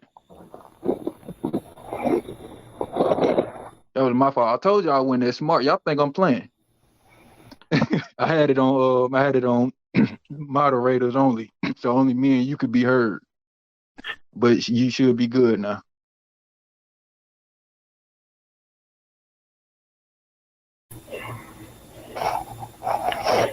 I still don't hear you, Sharon Savage. I don't even know if it says she's still online, right? Or she on her computer, right? Yeah, say she is. She probably stepped away from the computer. Well, that's my bad, because last time we was on, we had some trolls, so I had to make sure that I had everybody muted when they come in, and I forgot to unmute everybody. You know what I mean? So that's my bad. Hold on, let's see. I'm just letting her know that she's on mute. She stepped away and she's unmuted. I'm not all knowing and all powerful. Yeah, so we just wanted to get her synopsis of why she believes, you know what I'm saying, for the channel. And I'm steady, man. I'm steady trying to get people to come in here. We got Mind Made Radio. He don't want to come in. He feels safe on Clubhouse. He don't want to come on YouTube. None of these Christians, I done text Cesaria. Okay, so she said that wasn't her. So Sharon Savage is somebody else. So I see you raising your hand, Sharon. You can talk whenever you're ready. You should be good. I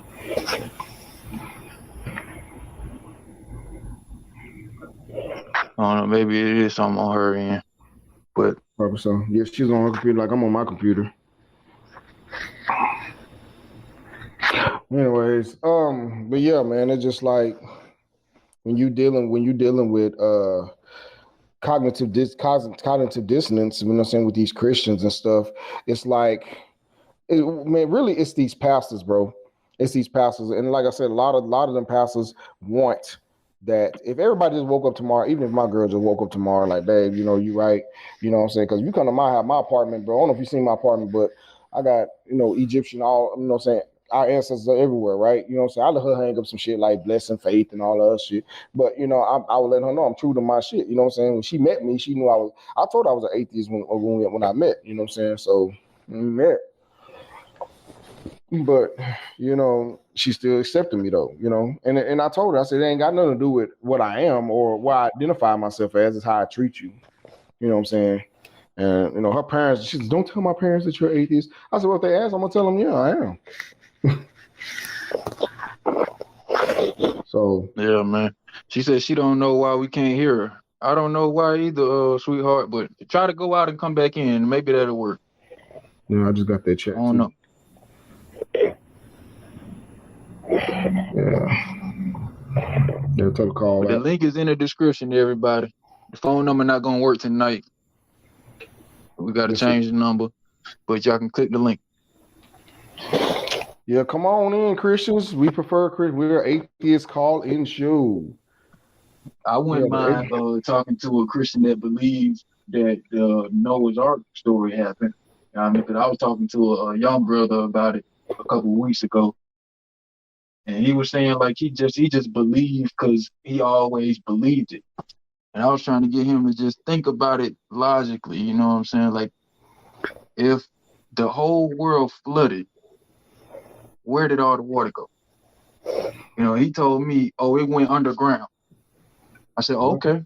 So where was the water while the earth was split? You mean to tell me all the water from underground came up? That's not what the story said. The story said it rained for 40 days. Mm-hmm. So the water came from evaporated water that was already on the surface. So we know that there was groundwater before the flood because people had wells. So clearly, if the world was flooded, the groundwater was full, the surface water was full, we should still be flooded. The water can't just disappear. The water that's on this earth is the same water that's been on this earth since the dinosaurs was here. We don't get new water. You know what I mean? Exactly. What's up, Bubble Gum? Good. What? Bubble Gum, I think you muted. Or you don't got your mic hooked up. There you go. Peace, fam. What's up? Bubble Gum, what's going on?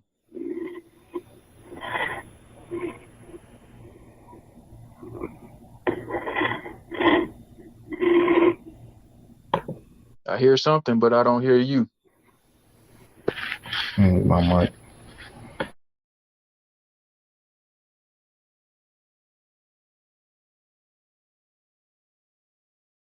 Bubble gum in a dish. How many pieces do you wish? All right, let me try this because this is weird. All right, try to speak, y'all, and see if we can hear y'all now. Mic check. Mine's good. I still only hear you. Yeah. I just made everybody a moderator, so you should be able to hear me. Well, I hear you. Can you hear me? Yeah. All right. Who we talking to now? I'm Bubble. I'm Bubblegum Gum, the new Bubblegum. What's going on? Hey, what's happening? All right. So, what do you believe and why? Okay, I am a polytheist, and the reason I believe this is a lot of reasons. I go often online and debate figureheads, Christian figureheads like Darth Dawkins and Nephilim Free, which are like basically the biggest Bible apologetics on the YouTube platform, and as well as the Discord platform. And the reason I disagree Yeah, I heard with of them before. Yeah, okay, that's good. For people who don't know, just in case, it's good to know you guys know about them. The main reason I disagree. Okay, first off, let's get this straight. Evolution is false.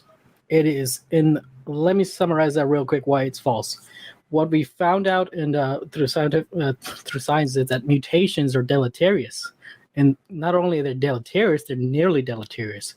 And the implications of this means no new information can be added to the genome. This means no evolution can happen. Sure, you can have devolution, which happens a lot, but you will never have evolution. And that's the main point. We got that, so we can move on to the Christian parts. I think I understand, but I don't agree. Okay. I really don't like to get into the evolution stuff too much, but that's not the only reason why people believe that evolution is true. We got the fossil record, DNA. So even if I were to accept your comment, we still got to deal with the fossil record, the DNA record, the geological distribution of species. How can you explain all this stuff if evolution is not true? But the biological record, the fossil record is against evolution because you see animals popping in. You don't see this transition. You just see them popping in like somebody set them there. And that's the big problem. What do you mean popping in? I don't know where you got that from. Okay, if evolution was true, you would see a transitional record of fossils. But what we actually That's exactly what we see, though. Somebody came in. No, that's what we don't see. We see an animal, and they're just big jump to a similar animal. You can say similar, but it's a totally different animal. No, that's called change over time. That's the thing. So you don't know that in the fossil record, the deeper you go in the ground, the simpler fossils you find all the way down to single cell organisms. And the fossils that we find closer to the surface are the more recent animals that we know of. That's how we know that dinosaurs lived 60 million years ago, because we only find them in sedimentary rock that's 60 million years old or more. So then thus we conclude that they went extinct about 60 million years ago. Or do you not accept that? No, what the fossil record is telling us is that there was a creator who started off small and went big. But how come? All right, if that's the case, then how come your Bible don't say that? Well, I'm not for the Bible. I'm also against the Bible for this very same reason. Yeah, these very same fossils disprove the Bible. Here's a big problem. So this creationist, but creation is split off into the biblical, Islamist, whatever religion. The creation is just a catch-all term for people who believe humankind, everything around you was created.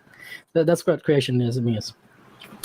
And I'm a polytheist creationist because we know that mutations, pretty much the pillars of evolution, mutations and natural selection, because mutations are deleterious, evolution cannot be true. So now we are left with the question, who created us? And we know it can't be aliens because you got two different types of evolution. It's not just the thing. Hold on, go ahead and finish what you were saying. I'll come in later. Yeah, and we know it can't be aliens because they would face the same conundrum of the watchmaker conundrum, because we are the human body is incredibly complex. The worm is incredibly complex. complex than a computer, and like randomness isn't gonna make anything. I don't know where you get the claim of randomness from or who makes that claim, but I don't believe that randomness makes anything either. It's a process of evolution. So basically, what evolution says, first of all, there's two types of evolution. It's not just mutations. You got stem evolution and you got crowned evolution. So when stem evolution is people manipulate. That's creation. That's not really, stem evolution was going on before there was people. It's not people manipulating. Well, you can say stem evolution happened by alien hands, but that's still not evolution in the traditional terms we. It doesn't require any outside force. It happens when a group of species move to a different place on the planet, and the environmental pressures encourage certain groups or certain individuals to survive better than others. So, for example, if 10 people moved to Canada and 5 of them were very hairy, that would benefit them in Canada because Canada's cold. So they would survive better, and the women would select to mate with the males who were more hairy. So then you would see, over time, Canadians becoming more hairy. Because they're passing down those traits. All right, then you got crowned evolution, which is what happens when people mix together in the mutation, like what you talk about. But we ain't gotta spend the whole episode talking about evolution because that's neither here nor there, and we did that last week. But what you said was, we know that it's not aliens that created us. So in your mind, you're saying because it's not aliens that created us, and you don't believe that we could have came about without any intelligence, therefore there must be some God. Am I correct? Not only that, because this is one clue. This is one major clue. Another clue is that ghosts exist, the paranormal exists. You guys were asking earlier what light is. Light is very fundamental to answering this question: why God exists. We didn't. Okay, do you know? Was somebody earlier? Somebody mentioned light. We said how did light come? Before, I said where did the light come from? That's what we said. Yeah, light is actually very fundamental to this topic. Okay, look at anything around you. What if I told you that was light? Would you believe me? Like in a video game, like it was hard light. Sounds crazy, right? Well, sure. But turns out it is. We wouldn't need to believe it. We will see it. Like, not really. Okay. What do you think light is? Do you think it's a particle or a wave? It's a particle. It's a photon particle. It's a particle. Well, the thing, it's not a particle. It's a wave, and we know it's a wave because particles do not exist. And the reason particles do not exist, what we call particles are actually just the tip of the wave. It's not really a wave. It's a wave of something. So you got to ask, what is being waved? What is being perturbated? And that what is being perturbated is what we call the ether. You know the ether has been proven to not exist like 1,000 years ago? No, they proved it right. What do you think the Higgs boson is? Okay. Higgs boson. I'm not too vast on the Higgs boson, but I'm pretty sure that the ether has been debunked. But I want to get to the God thing. Like, what does this have to do with God? Well, it was claimed to be debunked, but that was worked on a straw man. It wasn't debunked. Okay, the reason this applies to God is. Go ahead. I'll deal with that later. No, go ahead, bro. Okay. The reason this applies to God is because it means everything we're inside God. Basically, everything is divine. There is no such thing as these particles, and everything is just you could say a vibration or a light. It's more of a vibration, a field perturbation, and it is divine because it doesn't decay. You know how like things in our matter world, it will decay, it will die off. This is what is fundamental, and it doesn't adhere to the laws of physics. It produces the laws of physics, you could say. Okay.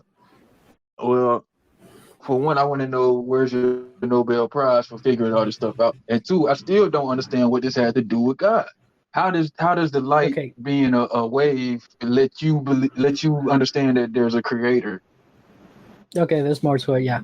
Okay. It didn't come up with this. This was actually from Tesla. Tesla understood this. Do we all agree Tesla is basically the genius among genius? Even Einstein called him. Yeah, the but he best. wasn't right about everything, and Yes. neither was Einstein. He was right.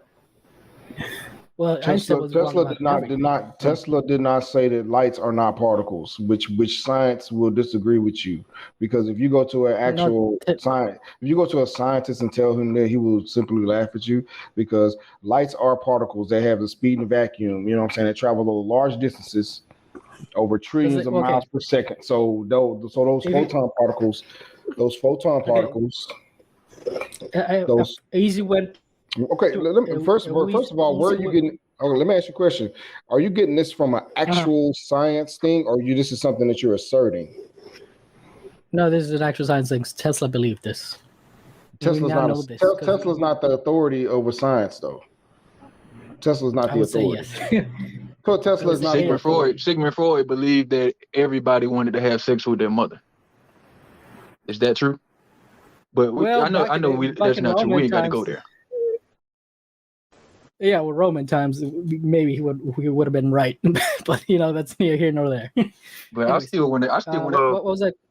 Let me get back to the God thing. All right, let me ask you this, because you said that there wasn't aliens that created us. I agree. I don't think aliens created us either. But I also don't think that God created us. I don't think that there is a God, or that our existence requires a creator. And the reason why is because the God does not satisfy the query, because all I got to do is ask you, where did the God come from? Because if you posit a God in order to explain our existence, because we couldn't have come from nowhere, doesn't that apply to your God too, that you haven't seen or heard or examined in any way? That God can't come from nowhere. So where did the God come from? Did he just pop out into existence? Did he fart himself into existence? How does that work? Well, the thing that argument would work if we didn't know the universe is finite, but we know the universe is finite, and therefore we have to accept the. How do we know the universe is finite? Because they had a Big Bang. So does the Big Bang describe the creation of the universe? Because I was under the impression that the Big Bang only described the expansion of the universe. Well, they don't say where it came from.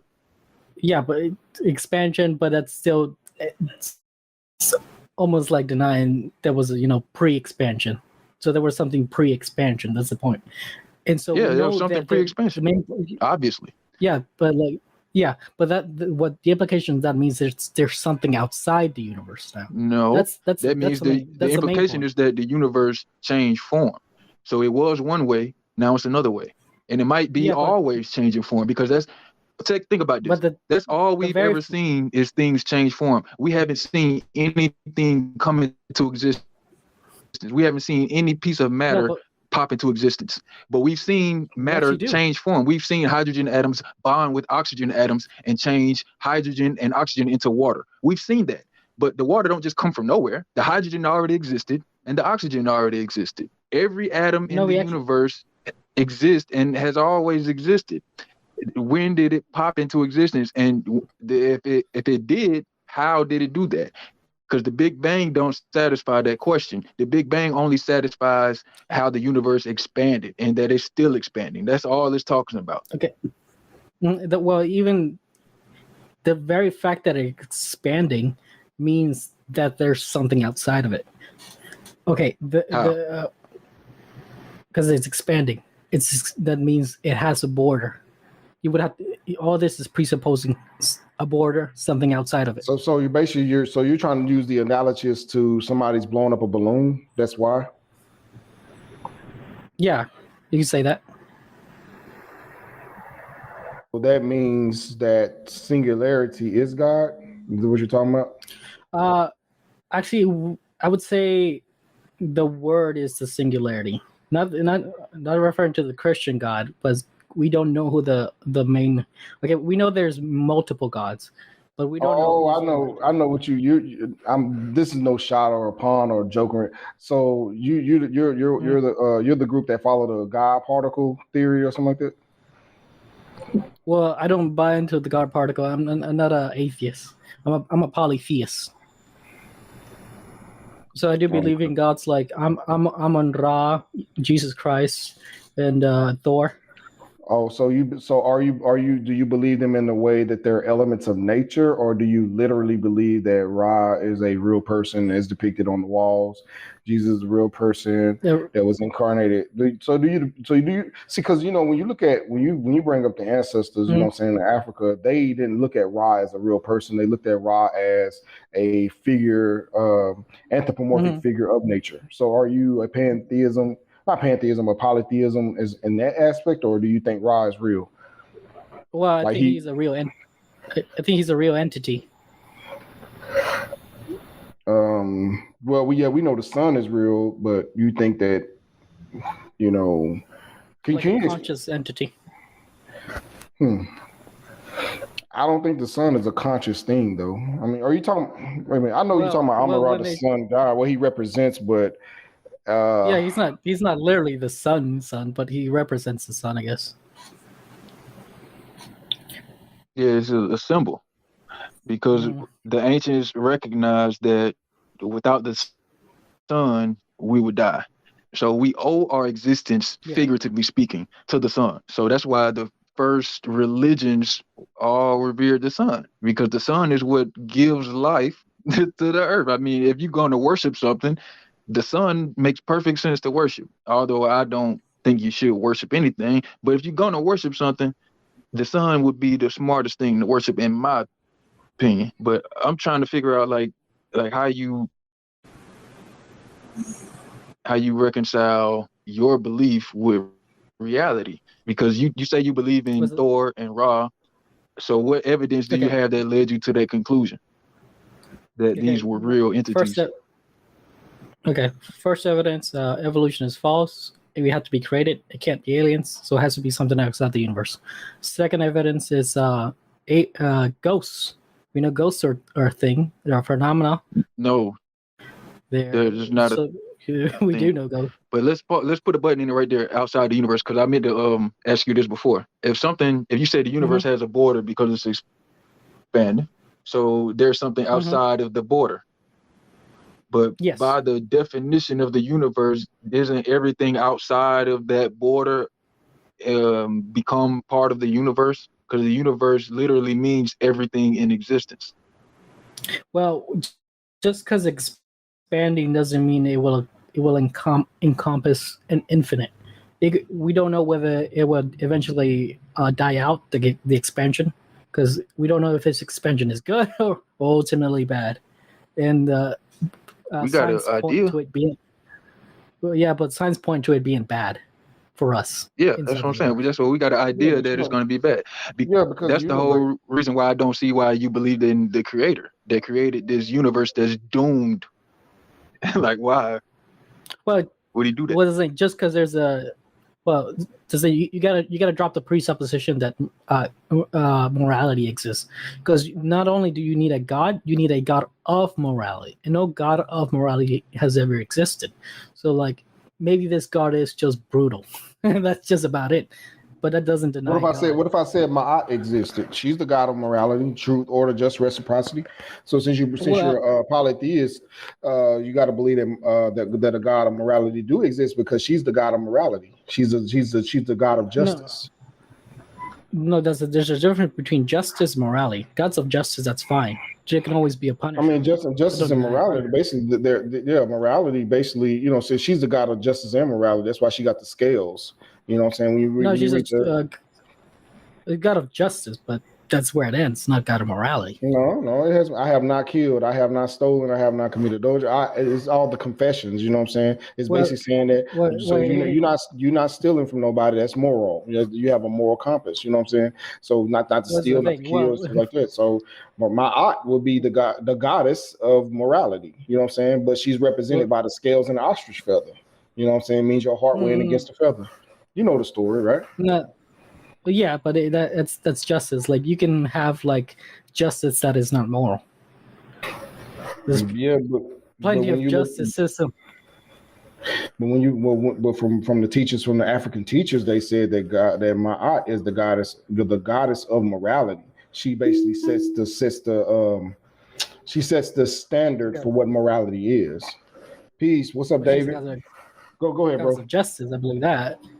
Okay, well, I don't know who your teachers is. You might be right because that's what you're being taught, but I know from me and Quaylee's end of the teachings with the elders and stuff like that, Ma'at is the goddess of morality. Morality, justice, truth, reciprocity, and order. She balances everything. That's why she's with the scale, because she balances everything out. See what I'm saying? Well, that's appealing. Well, yeah, but that's still appealing to. I see that's appealing to justice. I don't see morality in that. Yeah, in the Western world, yes, you would be correct. In the Western world, yes, because that's what the scales of justice are. But when you go back to ancient Africa, that stands for the balance of the universe, the morality, and stuff like that. So, well, go ahead, bro. Okay. Well, somebody came in or talking to me. David, David, you want me to you are continue? in. Can you say something so we can make sure we can hear you?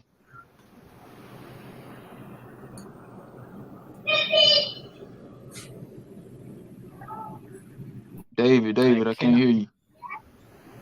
Hey, let me see if his mic. Your mic is unmuted, David. Hold on, Bubblegum. We're gonna let you go. Sometimes you get. Yeah, we just gonna try to get David to say something. David, you're loud and clear, bro. Yeah. Sometimes you gotta check your microphone settings because it changes which microphone you're using. That's what I had to do. Yeah.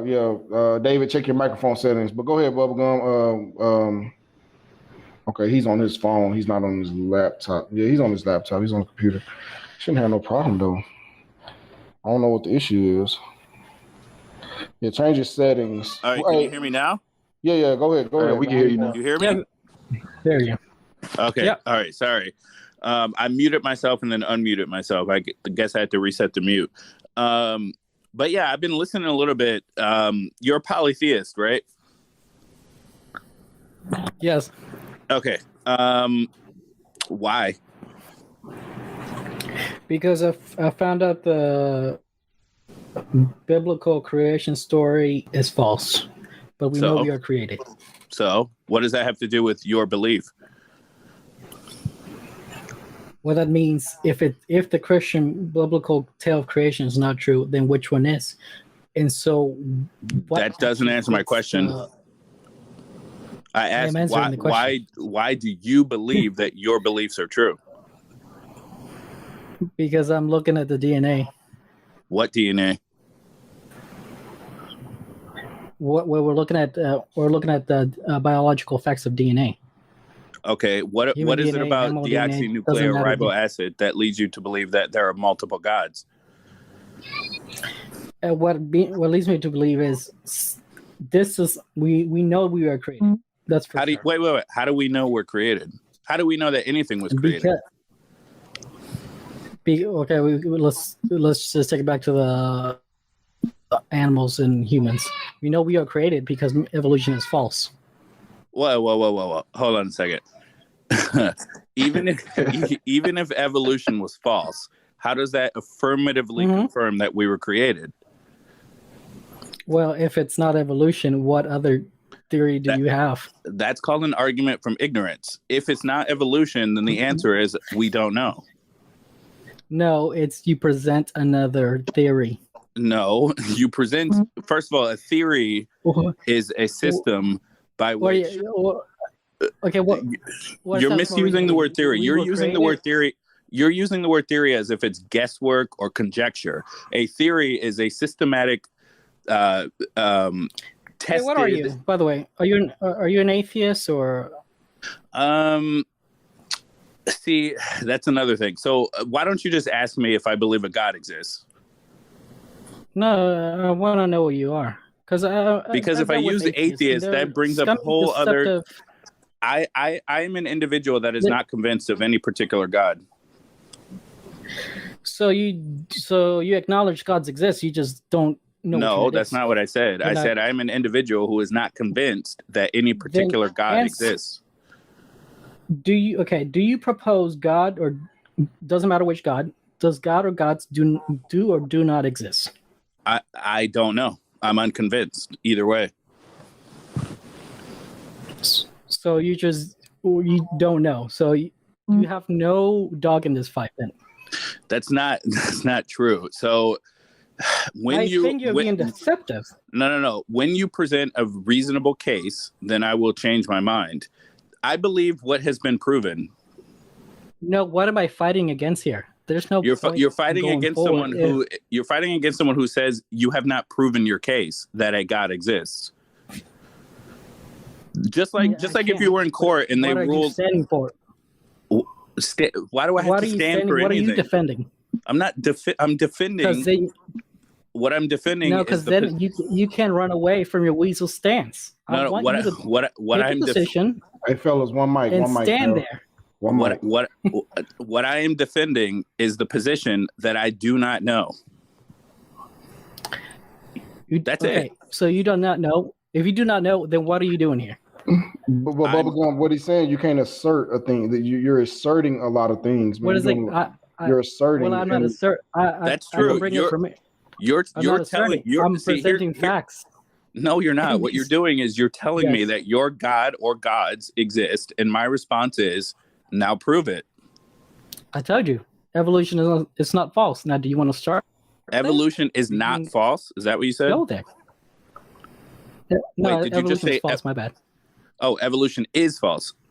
Well, that is contrary to tons of evidence that we've already gathered throughout biology. And I would like to add that has no bearing on whether or not a God exists, because evolution talks about how life evolved and became diverse, not how life was created. You're confusing the term abiogenesis, which is the creation of life, abiogenesis, the creation of life from non-life. Doesn't matter. Do you want to talk? Do you want to talk about chemical evolution then? You're confused. It's in the same realm.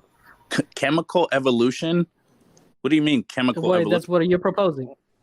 You mean the evolution of chemicals? No, abiogenesis refers to chemical evolution. No, abiogenesis refers to the creation of life from non-life. Like amino acids and stuff like that, like amino acids, guanine, all that stuff, ribonucleic, Yes. Basically, yeah. So wait. What were you saying? Finish. No creator required. You were He was responding. What were you going to say? Well, we can debate that now. Do you want to jump to that? We can debate that. Debate what? Then move on to evolution. Debate what? Do you want to? You want to debate the evidence? I presented this evidence. Okay. So you want to debate the evidence of what? The evidence of abiogenesis is false. Yeah, I didn't see any evidence. That statement makes no sense. In the naturalist worldview. What? In the naturalist so time out, fellas. So Bubblegum, you started with an assertion and you just ended with a conclusion that is false. You didn't explain why. You just started with an assertion and then you asserted again that it's false. So you have an open and end assertion. Yeah. So what you're doing is you saying, I know. We can.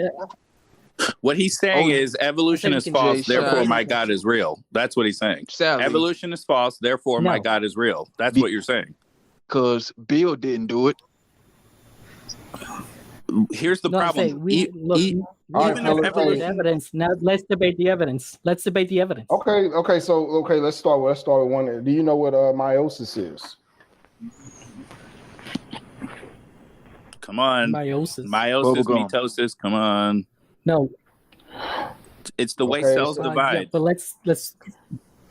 Yeah, but we want to start at abiogenesis, don't you? No. Yeah, let's go back to abiogenesis. Let's rewind. Go ahead. I would like to know what he thinks of abiogenesis. What do you think? Where do you think? How and where do you think life came about? Okay, I want to ask you. How do you think those amino acids? Okay, so no. Let him ask me. I have an answer to his question. How do I think life came about? Is that what you're asking me? Yeah. How did those amino acids get in that sequence? I have no idea. I got a theory. Well, okay, that's not an answer. So no one knows. Yeah, I don't have an answer. Well, Why is that so difficult? I do know. Okay, so And you do know. So how can you demonstrate that what you know is true? How can you demonstrate that what you know is true? This simple. How does computer code get in a computer? A person encodes a code. Wait, bubblegum. Exactly. Bubblegum. We're talking about biological organism versus man-made. Right. So, you gotta understand something, bro. It's a huge difference. Apples and oranges here. What you're saying is that complex things require intelligent beings to create them. But if your God exists, doesn't that mean that he requires an intelligent being to create it? Well, let's not go to the infinite regress. No. We're talking about abiogenesis, and I really would like to know how you can demonstrate that you know the answer to this miraculous question. Like, we're talking questions that have baffled Einstein, Hawking, everyone in the history of human beings. No. So how do you demonstrate that? Hey, Bubblegum, you do realize you're using the watchmaker argument, right? You say you're against the watchmaker argument, but you're actually utilizing it. No. In this No, I'm pro the talk today. watchmaker. Okay, demonstrate why and how you know life came about. Because evolution is false. So what other theories are left? Evolution has nothing to do with the creation of life. That's an argument for ignorance. You're saying I can't figure out an answer, therefore No. I'm not done. And what we do observe, how we do observe information comes about is through a mind, and that's a fact. So if we know what makes you think DNA is information that was transcribed by a mind? Are you denying? Now you're denying it's information. Okay, let's go there. They're chemicals. They're chemicals that behave like any other chemical. It's not. So how do you know that a mind put this into motion? It's the sequence of the chemicals. Right, just like H2O. Like the guy said, H2O is a sequence of chemicals that is water. So who created water? Yeah, but that's just like that's just saying A B A B A B. Yeah, exactly. ATCG. ATCG. It's a base pair. No, two sugar base pairs. No, it's not. It's not the base. They're chemicals. It's not the base pairs. Yeah, they're chemicals that link up together. Okay, so time out, fellas. Time out. Bubblegum, bro. Yeah. Okay, so you're so you don't realize what you're doing. You with Dave, you are using the God of the gaps argument because you say evolution is false, therefore God. Okay, what did your God? No, not said that. That's what you said. What I'm saying. Yes, what you said. You said it has to be a creator, or you said if it's not evolution, so what else could it be? That's what you said. Creator. I said creator. Okay. How do you know it was created? This is the first clue. We know. How can you demonstrate that it was created? We know it's because I just told you. Because we know. How do we know information comes about? It comes about through. How do you know it's information? How do we know? Because it behaves like it is information. It behaves like information, therefore it is information. No, it is. Let me interject here for a quick second. Bubblegum. Have you ever heard of the process of diffusion? No, what is that? Diffusion is like when particles separate from each other and become equidistant. Oh, yeah. Yeah, I know that. All right. Does that require intelligence, or do the particles just do that? Because of the laws of physics. That's just laws of physics. But there's nothing in the laws of physics. So what makes you think DNA is not just operating under the laws of physics? Let me answer. Okay, David. I know, David. Hush. The reason this doesn't fall within the laws of physics, it's because it's a sequence in which they got into, and that's the problem. No laws of physics is gonna put them into that sequence. Only a mind can do that. Have you seen a sugar molecule? And C6H12, yes, O6. It just falls into that. Yeah, and that's it. Yeah, I think you got to do some basic chemistry research, bro. Because this is how the basic building blocks of life were formed. You know what I'm saying? It is advanced chemistry. And Bubblegum, you just made a fatal flaw within your argument, bro. Let me show you. Because when Quayle asked you, did you know what diffusion was? You said, no, I never heard of it. Then when he explained, you said, oh, yeah, you sound like Ken Hovind, bro. No, I Like, thought that was that was a different field. I thought it was no, related it's to the the same fields of field. There's no different evolution. fields of that. You know what I'm saying? But anyway, No, that's I was just letting you know, man. that's But you relating. already. That's Wait, let's go back to how he knows how life came into its existence. How do you know that again? I'm sorry. Say it one more time. Because it's information, and we How do you know it's what we information? Information. How do you know it's Because information? it is information. How do you know Because it's it's a code. information? How do you know it's a code? Because it's a language. How do you know it's a language? Because the mitochondria reads it. The Bubblegum, Are you an atheist? Bubblegum, Are you an atheist? mitochondria is the Wait. energy factory. David, are you an of the cell. atheist? I think you. No, I think let you me meant ask to a say question the real quick. David, nucleus. are you an atheist or a theist? David, answer. Are you an I am atheist one or a who. theist? I am one who Answer, is pick not one. a theist. Pick one. I'm Time an out, atheist. fellas. One mic. We got another caller. 915. You're on Sorry. the air. You're on the air. What do you believe and why? So you're an atheist. I am an atheist. Yes. You're a scummy little atheist. Hey, time out. Time out, fellas. No. Let him come on. No. Yeah, we got another caller. Hold on, fam. Fam, we're gonna have to mute y'all mics, man. Come on now. 915. You're from El Paso. I'm from Texas as well. You're on the mic. You're on the air. What do you believe and why? Hey man, I believe in your videos, man. I love them. I used to when I was a big Jesus hater, I was the biggest blasphemer. I used to rock your videos because I can't believe like there's people that say they're godly and they take people away from God. You know, like there's people from the church that take people away from the church, and they don't understand that we're all sinners, bro. Like straight up, we're all sinners, homie. And there's people that grew up in the church and can't believe that there's. I used to live in El Paso. I used to live in El Paso. I was stationed at Fort Bliss. So how do you know that we're sinners? What makes us sinners? Because we're flesh, brother. Like straight up, we're flesh. So our skin. So are you saying our skin makes us sinners? No. Like humans. Like it doesn't matter. Like what ethnicity you are. It doesn't matter. I know. I said you said flesh. So our skin. Manipulated. Our DNA was not manipulated. Our DNA was manipulated by demons, brother. Like I know. Like many people don't think the Bible is real. I don't think so either, bro. But like, check it out. What I do understand is that those stories actually did happen, but not when they say it happened. Which story happened? Which story happened that you believe the most? Like for example, like the story of Noah. It didn't happen on the days it says it happened. It's actually written on stone, brothers. And it says that Noah was picked up in the air, man. We don't know how God exists. Like, if you guys want to trip out on the Bible, read the book of Ezekiel, and it's talking about actual crafts coming down, man. Yeah, that is weird. Okay, why should we believe that the Bible is true? Hey, hold on, hey, Dave, I'm gonna let you. Hey, so what's your name, brother? So we don't call you 915. What's your name? Just call me Paz Day. Say that again. I can't pronounce that. Peace.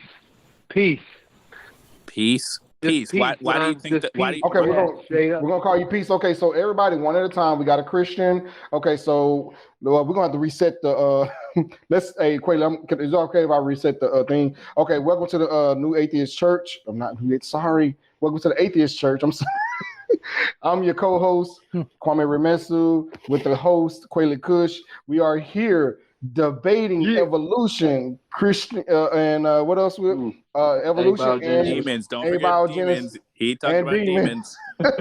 Yeah, I had to reset. I had to reset the live stream because everything is just going. So one at a time. So okay, so we got brother Dave. He's from Clubhouse, man. I followed you, Dave. I knew that somebody was actually going to get the invite, so I shared it all over Clubhouse. So thanks, Wait, Dave. you know me? Yeah, I know you, man. Ain't you from Clubhouse? Maybe. Yeah, I've been in your room. Atheism. Yeah, I was in your room. Yeah, I'm a follower of you. Yeah, but you go by a different name on. I don't like being recognized. I like my words come to on, speak Dave. for themselves. Oh, come on, Dave, man. Stop being modest, man. But anyways, welcome to the Atheist Church, where we do the reverse collection plate. If y'all do want money at the end of the show, donate $1 to the Atheist Church live at Cash App. You will win money at the end. You know what I'm saying? If your name, you know what I'm saying, if you put your name in the hat. So we do give money back. Okay, so we got plenty of topics on the table tonight. We got Dave, we got Bubblegum Gum, and we got Peace from El Paso, Texas. Welcome to the show. So Peace, we got a question for you. What makes it? Oh no, Dave. No, you know what? I'm gonna step back. Dave, ask him a question. You had a question. Go ahead, Dave. Peace. Can you hear me? Yeah, for sure, man. You can hear me? Okay. What reason should we have to believe that the Bible is true? Honestly, like, can you deny the devil does not exist, brother? That didn't answer my question. I asked you, why should we believe the Bible is true? Because Satan is real, man. Why should we believe that Satan is real? That's what we gotta. Because you can't, bro. There's little kids being raped, bro. Bro, how you know it's not God doing it? Aleister Crowley is, homie. Nah, G, that's what's going on, bro. Wait. Everything that God is, bro. Wait, hang on. Peace. Demonstrate to me the existence of Satan. I can. All I have to say is Aleister Crowley, G, he called himself the B666, homie. And you know what, guys? Like, I'm gonna tell you guys called you that? out. I'm gonna tell you who the answer. No. That's how powerful our words are, brother. Used to call so check it out, family.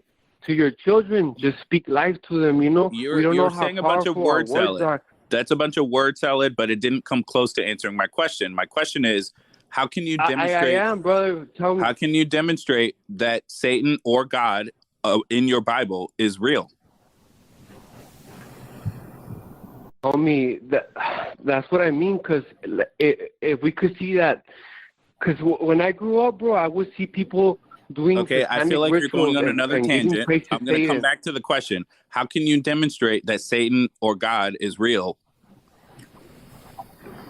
Homie, because ghosts are real. Wait. Don't answer for him. That's not fair. Because check it out, brother. Check it out, brother. If that side of the coin is real, then there must be the other side of the coin. That still doesn't come close to answering my question. I asked you a very direct question.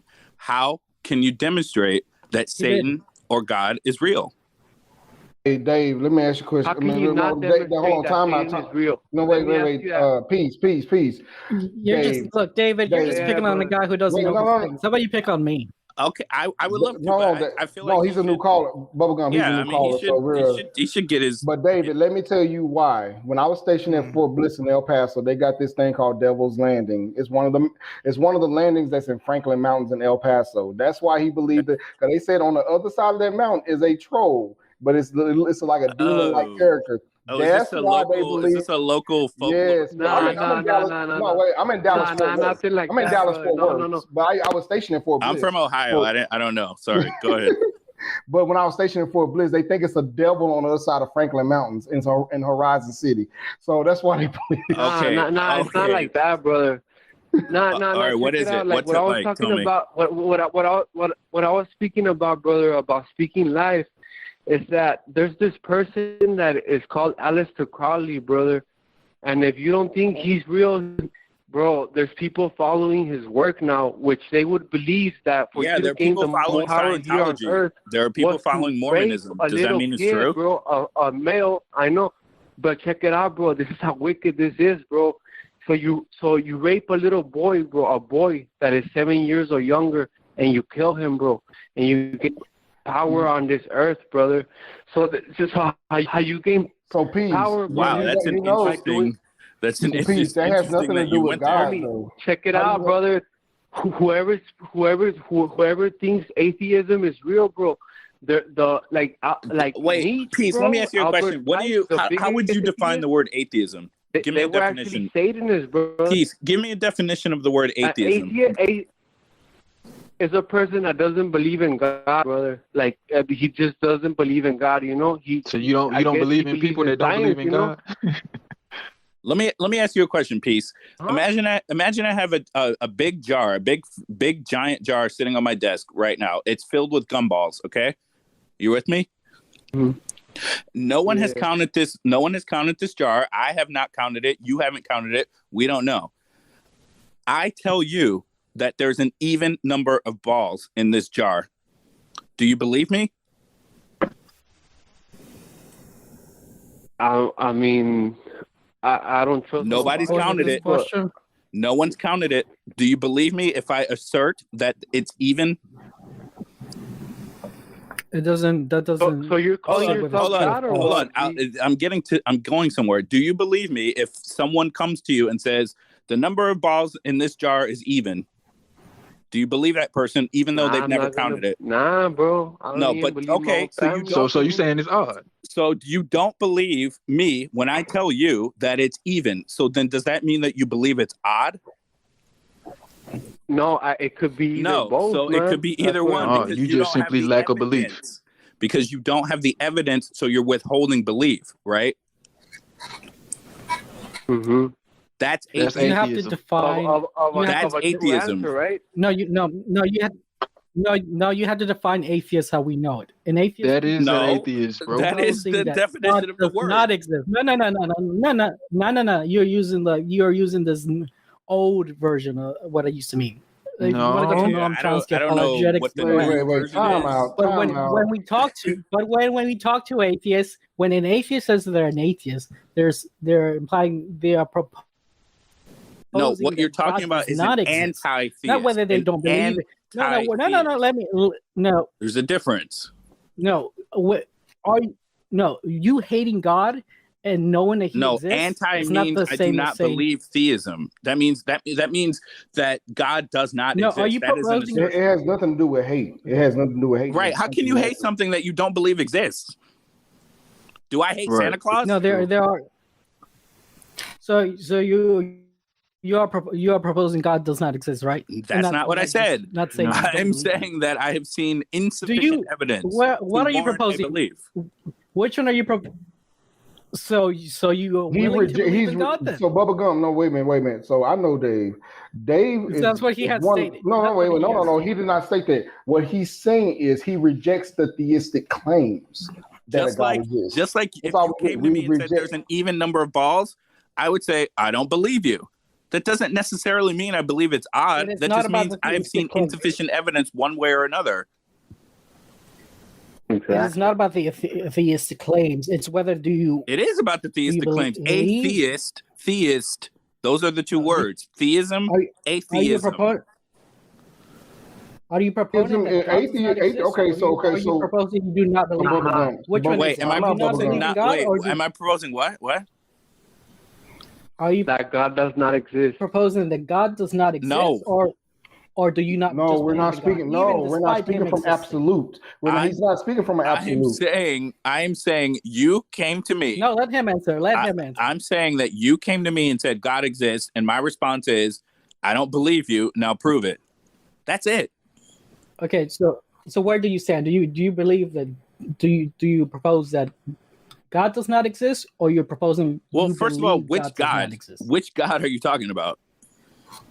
Nah, It but that's the doesn't matter. thing. It does not matter. That's important because if you're asking me if I believe that there's God many exists, gods, brother. you have to tell me There is which many one you're gods. talking about. There's thousands of gods, so It which does one? not matter. Yeah, it does matter. not matter. It Oh, does it not matters. matter. It could be the spaghetti. It definitely it could be matters. the Are you talking spaghetti about monster, Zeus? or- Are you talking about Vishnu? Are It you could be talking the about? spaghetti What are Nah, you but talking like, about? let's make it a spaghetti check it out. Check it out, G. Check it out, G. You want to talk about Jews? Homie, check it out. What happened I with said the Jews was Zeus, that the ancient Greek god. No. Nah, well, Not Jews. Let him red pill Jewish. you on the Jews. Not Jews. yeah, I but didn't like, say check it out. This is Jews. what happened with the Jews. I didn't say Like, Jews. check it Not out, apple check it out, juice. homie. Not Nah, apple nah. juice. I'll talk about them too. Like, check it out. But give me a second. Trip out on this. Okay. But like, check it out. Like with the Jews, homie, like their books told them, that the Messiah was gonna come. Okay. But the people that received the Messiah, brother, They were descendants from the actual people, bro, that had communication with God. So How do you know they had a communication God with God? literally came and told them. How do you know they had a communication with God? Because they followed their own books, homie. They followed their own So they followed their own books, and that's well, check proof it out, to you? Trip out. No, well, trip out, homie. Give me a second, bro, and tell me if this is but not you really just what said happened, something that requires like, clarification. Your premise check requires clarification. Check it out. If you're an atheist, then you're gonna deny that even Jewish isn't real, right? So I'm gonna prove to you. Am I going to deny that Jewish people exist? Yes. Exactly. But that doesn't mean that their beliefs are true. That doesn't believe that their beliefs are true. Check it out. Just give me a second, homie. Check it out. One mic, people. Yeah, one mic. so One mic, so- people. One mic. So brothers, I just gotta say something real quick. when I gotta the jump. One mic. Messiah of their own Time out. Time out. Okay, time out. One mic, please. One mic. We're gonna let, 1 minute, brothers, and I'm gonna let finish. Peace go, and then we're gonna let y'all come and respond. All right, I'm counting it down for a minute. So when the Messiah of their own books came, they weren't willing to let their titles go. Not only their titles, because they would have let all their positions go, man. But they were like, you know what? I'm not willing to, homie. They were not even following God's laws, brother. Mute his mic. So there's what is he talking about? Go ahead, Dave. I think what he Peace. Hold on. Let me explain this to Peace really quick. Peace. Here's what you're doing. You're making an argument and you're building premises, but your premises are just unproven assertions. You're just claiming that he was the Messiah. You're claiming that he was God. These are just claims, and then you're using these claims as the foundation for your conclusion. To talk about history, to talk about God, you have to talk about. Let me help Peace out right quick, y'all. I hate to interrupt y'all, but let me just attempt to help him out right quick. But I think I understand what you're trying to say. So basically, what he's saying is that if you don't believe in God, you are denying Jewish history, because when you look up Jewish history, they have all of these things in it, like Jesus and all that. But you're not considering the possibility that most of Jewish history is simply made up. I mean, Jewish people are the latest population of people to pop up on the earth, and they simply made up their history. It doesn't mean that shit is actually true because it's written in a book. You know what I mean? But I think that's what he's trying to say. Quayle, we got a Christian that want to call in. Can you drop his name is Redwine. He wants to call in. So can you put the link in the description? I ain't mean to cut you off, brother, but I'm watching the comments too for you. So. All right, I didn't mean to cut you off, listen, guys. That's not what I meant. What did you mean? Look, I gotta go. Maybe we could do this another time. All right, man. I appreciate you calling in, bro. Yeah. Call in anytime, bro. Like we do it every Sunday, bro. We do it every Sunday. You can call in anytime. Cool. Come back with your information, because I want to know how evolution was debunked when that has not been debunked. I want to know. I want to know how you can affirmatively prove. I want to know how you can affirmatively prove that your God is real. How can you forget about evolution? All right. Prove that your God is real. Check it out. Let's speak about our religions, right? Let's speak about our religions. Hey, peace. Hold on, time out, peace. Later. Bubblegum got about 5 minutes. Can you be quiet for 5 minutes? Bubblegum and Davey, y'all have y'all in Discord real quick. Please. Go ahead. Go ahead, I'm not proposing any God. I'm just saying a God. I'm not proposing any sort of God. What? That's not my job here. Wait, what? That makes no sense. I'm not proposing. You're not proposing a God, not a specific God. Okay, wait a minute. You said you're proposing a God, not a specific God. Which God are you proposing? Yes. Which one? I'm not. It doesn't matter. It does matter. Because I don't know. Are you talking about the biblical God? Are you talking about the Islamic God? Are you talking about it could God? be it could be Islamist. It could be Amun Ra. It could or it is. It could or it is. No, because I'm here only. I'm only dealing. No, with the here's what's happening. You don't want to define. You don't want to define. Know that information. No. Here's what's happening. You're avoiding defining which God you're talking about because you're not prepared to defend that. And you're avoiding. That's what's happening. And you're trying to one mic. No, you're trying to move this on. I'm trying to understand which God you're talking about because they're all contradictory. Okay, so which one? No, you're trying to move. You're trying to move this to a specific God and do all these Right. straw Yeah, I am. mans. I'm just trying to stick to that's the I'm trying opposite to of stick to straw the man. science because you know you're gonna get your ass kicked in. No, you're gonna get your ass kicked in Time evolution. out, Bubblegum. Buddy Hold on, boy. Bubblegum. Dave is not a person you want to debate Yeah. on science. I'm not straw manning anything. I'm doing the boy. opposite of a straw man because I'm trying to understand your position, which is why I'm asking you, which God are you talking about? Because Bubblegum, you did say that you're a polytheist. You're a Yeah. So which polytheist. one? Yeah. So, okay, so you're saying multiple gods. I don't know which gods don't exist. Yes, which we know multiple gods exist. I don't know which we which do. Okay, gods so exist. you're saying we know multiple gods exist. How do we know that? Well, we can do that on Sunday. We'll start with the science, and that's where I'll get Okay, you. what science leads you to believe that multiple gods exist? Well, with creation.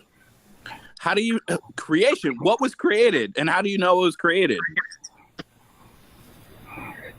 We were created because we know evolution is false. And you keep Okay, going. Bubblegum, so you're making that's an argument from ignorance. That's a God of the gap. No, you're saying I can't think of a better explanation of how life came into existence. So therefore, my gods did it. No, that's just one piece of the puzzle. That's what I'm saying. One piece of the puzzle. How many other pieces of this puzzle? Bubblegum, hold on, Dave. Are you a Poe? Am I a what? Are you a Poe? What do you mean? What is it, police? Poe. Yeah, Bubblegum, because I'm like, bro, you came on talking about you're a polytheist. Talking about Bubblegum. Yeah, Bubblegum. No, Bubblegum. I'm like, bro, wait. Your arguments went from your multiple gods did it. Now you don't know which proponent of God did it. Like, or you don't know which God did the creation. So, bro, you sound like a Poe a little bit. How do you even know the universe was created? How can you demonstrate that the universe was created? How can anyone demonstrate that the universe was created? There was a Big Bang. Because there was a Big Bang. The Big Bang describes an expansion. It does not describe the origin. That's a misconception, a common misconception. It describes what happened after the universe existed. It does not describe what was before the universe. That statement even makes sense. No one even knows if there was a before. That statement doesn't. I mean, before time. That statement doesn't even make sense. You're just trying to deny a before. You're just trying to deny a before. How can something exist for 0 seconds? Look, you just because denying something. How can something exist before time? How can anything exist for 0 seconds? There is no such thing as time. There's no such thing as time. So how long have we been on this call? Can you give it? Okay, can you provide? Look, just because we are, you know, that's a social construct. You're working off a social construct. Okay, so time is things doing stuff. Flip out. Things doing stuff. Yes, that's time. Things doing things is time. It takes things doing things is time. Yes, something doing something through time is time. No. Yeah. No, that's just moving it around. Yeah, and how long did it take to move it around? So how long did it take to move it around? No. How long did it take for something to go from point A to point B? Provide evidence. That's just a measurement. You know, measurement. Yeah, time is a measurement of things doing stuff. Yeah, and it's a social construct. No, it doesn't exist. No. Okay, so what? So what year? Okay, so if science is not it's just a hypothetically, science is just a social construct. What year are we in according to your? That statement doesn't even make sense. Science is not a noun. Science is a verb. Science is not something that is. Hey, Dave. It's something that you do. Time out, Dave. Red wine 33.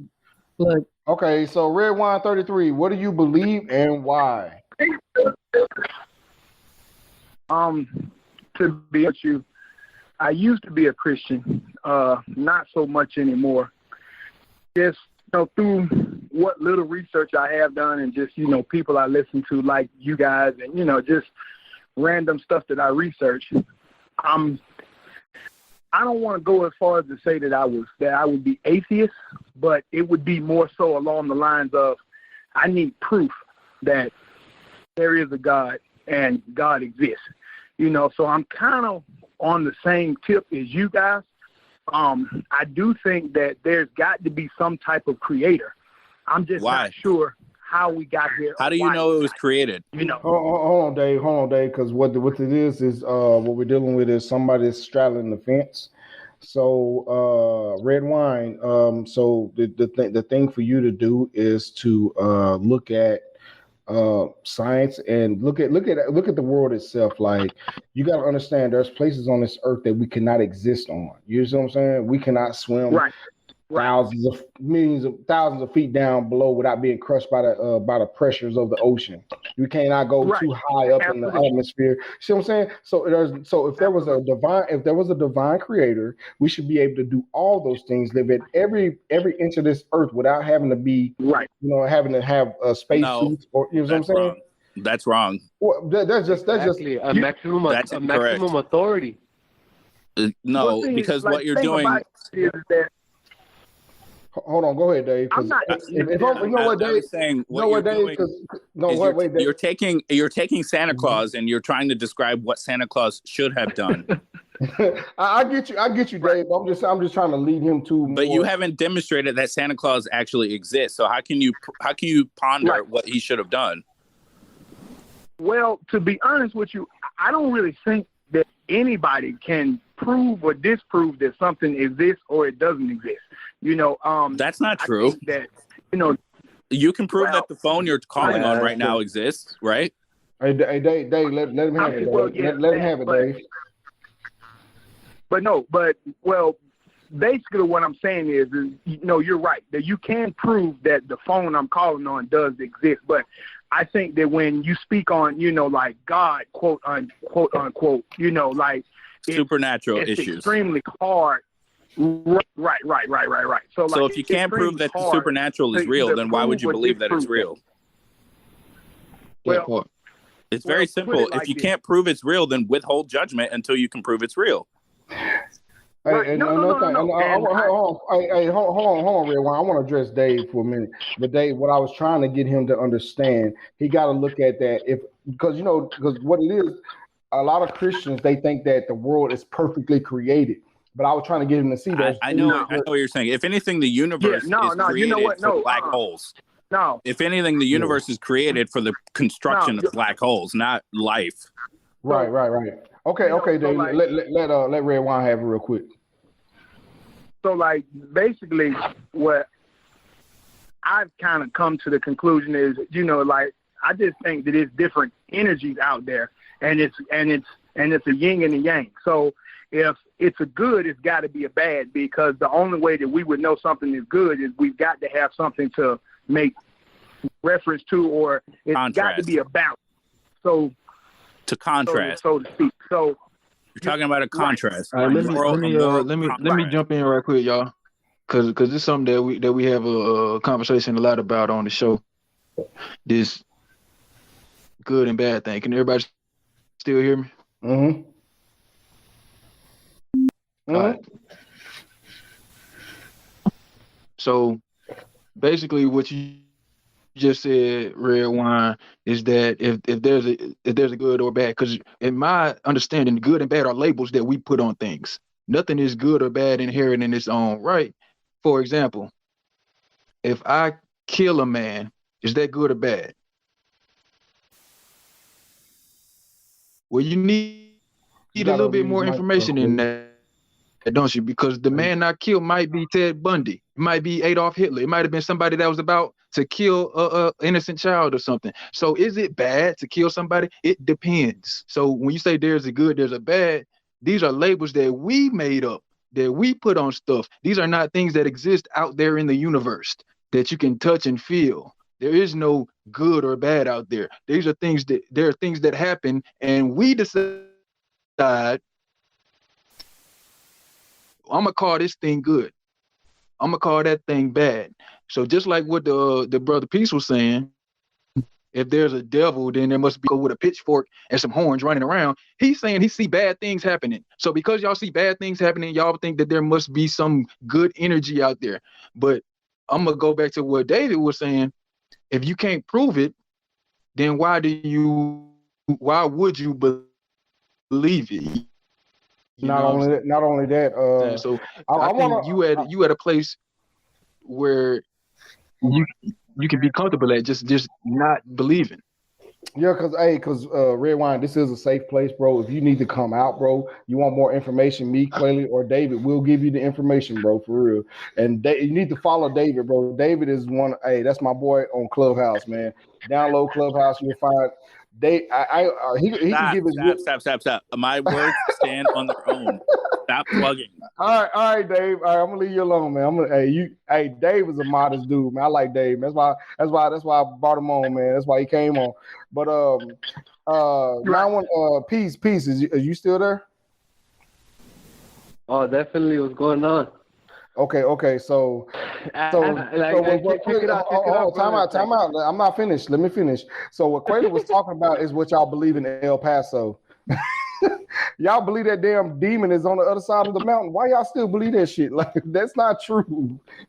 I've never heard that story. Let me ask you a question because I'm curious. Hold on, Dave. Little kids. You know what? Don't go over there because the cucuy. Time out. Hold on. Time out. One at a time. Yeah, one at a time. Because I just want to ask the dude. Because like I said, I was in the military. And I was stationed at Fort Bliss. Because 915 is El Paso. So they believe that this goddamn demon is on the other side of Franklin Mountain. Why do y'all still believe that shit? That's what they would tell little kids and the army soldiers, not to go over there and party, homie. Okay, but is it true? Straight up, G. Like, is it true? Peace. Is it true? Yeah, nah, bro. It's bro, not true. true. I was in the army because it's not. That's what I'm saying. It's not true. Everywhere because he could only be at one place at one time, but his demons are. Wait. Yeah. Peace. Are there demons? Hey, Dave, hold on, fam. Hold on. Time out, fam. Because when I was in the army, that story's not true. That maybe that's from your army, just Sergeant G. Bro, I didn't even when I was in the military, I was still a Christian. I didn't even believe it. I didn't see no devils. We used to actually go to Juarez. We used to go to Juarez. I'm saying that's what. Y'all believe that the devil actually? Exactly. Y'all believe the devil was in Juarez? Because hold on, peace. But that's what y'all believe that you could get jacked, homie. You could get an STD, homie. You could get killed, bro. Time out, peace. When I was in the army in El Paso, where you from? I didn't, as a Christian, when I was still a Christian, because I think I was killing in the name of God. Like, for real, Dave, Quayle, yes. I thought I was killing people in the name of God when I was in Iraq. When I came back to the States, effective tool. Right. So when I came back to the States, I was stationed in El Paso. The people that run this nation are Freemasons, brother. What you talking about, bro? They're Satanists. Wait, but check it out. They would tell you like the devil's out there. Like, Peace, let me ask you a question. I'm telling you, bro. Wait, hold on. Nah, let me. They were talking like literally. The devil's right there. Peace. Let me ask you a really quick question. Is there actually a devil on the other side of this mountain? Homie, the devil is real, brother. Is there a devil on the other side of this mountain? Homie, he could even be right behind you, bro. Is there a devil on the other side of this mountain? Yes or no? Did you say yes? No, I was saying, and I was agreeing with homie, you. Homie, check it out. Yes or no? Can be everywhere at the same yes time, or no? No. Okay, Peace. He could be. Yes or no? But what he could also be behind me, homie. You're avoiding the question. On the side. Is there a devil? Does this demon or devil exist on the other side? A demon's different, bro. Check it out. Check it. The devil can be everywhere at the same time. Really? So he uses demons. Bro. Really, Peace? No, Peace. What David's asking you, because I was in the army. I didn't when I was a Christian. Exactly. They were literally G. Like, let me ask you this, Leo. So you're saying no? There is not a devil. The devil was right there. So you're saying no? They weren't being literal. They weren't being literal, man. They were speaking about like some bad juju shit even happening to you. No, it never happened. It never happened. Nah, exactly. But that's what they meant. Like for you not to go out there. Bro, we did our artillery training out there. Where you talking about? We did artillery training. Where you're talking about on the other side of Franklin Mountains. We did artillery training out there. There was no devils or demons out there. They blew that shit up repeatedly. Homie, they take nukes right here at White Sands, bro. Yeah, we went to White. No, okay, Dave. Let me tell you. Because you know the atomic bomb was tested in White Sands, New Mexico, right? That's what they're talking about, because somebody was talking about the radiation. So the radiation was somehow a strange black demon. Okay, radiation. Nah. That's First of all, you're crazy over here. Radiation crazy, is fatal. Okay, nothing Yeah. survives that. Nah. Okay. Nah, well, all right. Check it. Let me ask you this, Dave. Do you think there's life on another planet? Oh, that's a good question. I don't know, but probably. I would say yeah. All right. Just from a mathematical standpoint. Just from a mathematical standpoint, I would say probably, but I have not been. I've not seen evidence yet. But I mean, come on, we're in an we understand less than 1%. We haven't explored enough yet.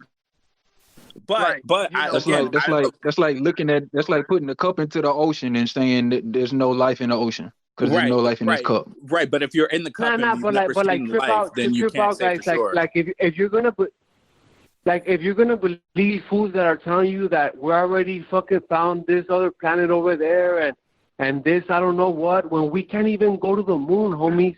Like straight up, and we've been to the moon. All this no, there's a mirror on the not even the moon, bro. No, you can put a laser. We can't get to the bottom of the ocean. Why are you believing all this lies about space, then, bro? You can bounce a piece of light from the moon. Trip out, Dave. I think a black hole. Do you have a laser pointer? Hell, homie. Do you have a laser pointer, bro? We can't get to the bottom of the ocean. Yeah, I do. If we can't get to the bottom of the ocean, well, I can give you the coordinates so you can point it at the moon and have this mirror bounce that laser right back to you. That's proof. That means a human being was on the moon and put a mirror on the surface of the moon. It's true. And whoever said we can't land on it because it's gonna crack. Right? Whoever said we can't go to the hasn't cracked yet. The ocean. Did you not know that? Wait, did you not? That's how crazy this shit is, bro. You didn't know that? We have been to the bottom of the ocean. You didn't know. You did not know that there is a mirror. That there is a mirror on the surface of the moon that scientists look at. Of course, he didn't know that, dude. I look, it's getting late, so we're gonna have to wrap it up in a few minutes. But David, man, he didn't know that if he talked. I know, but the way he talking, he don't know nothing about no science.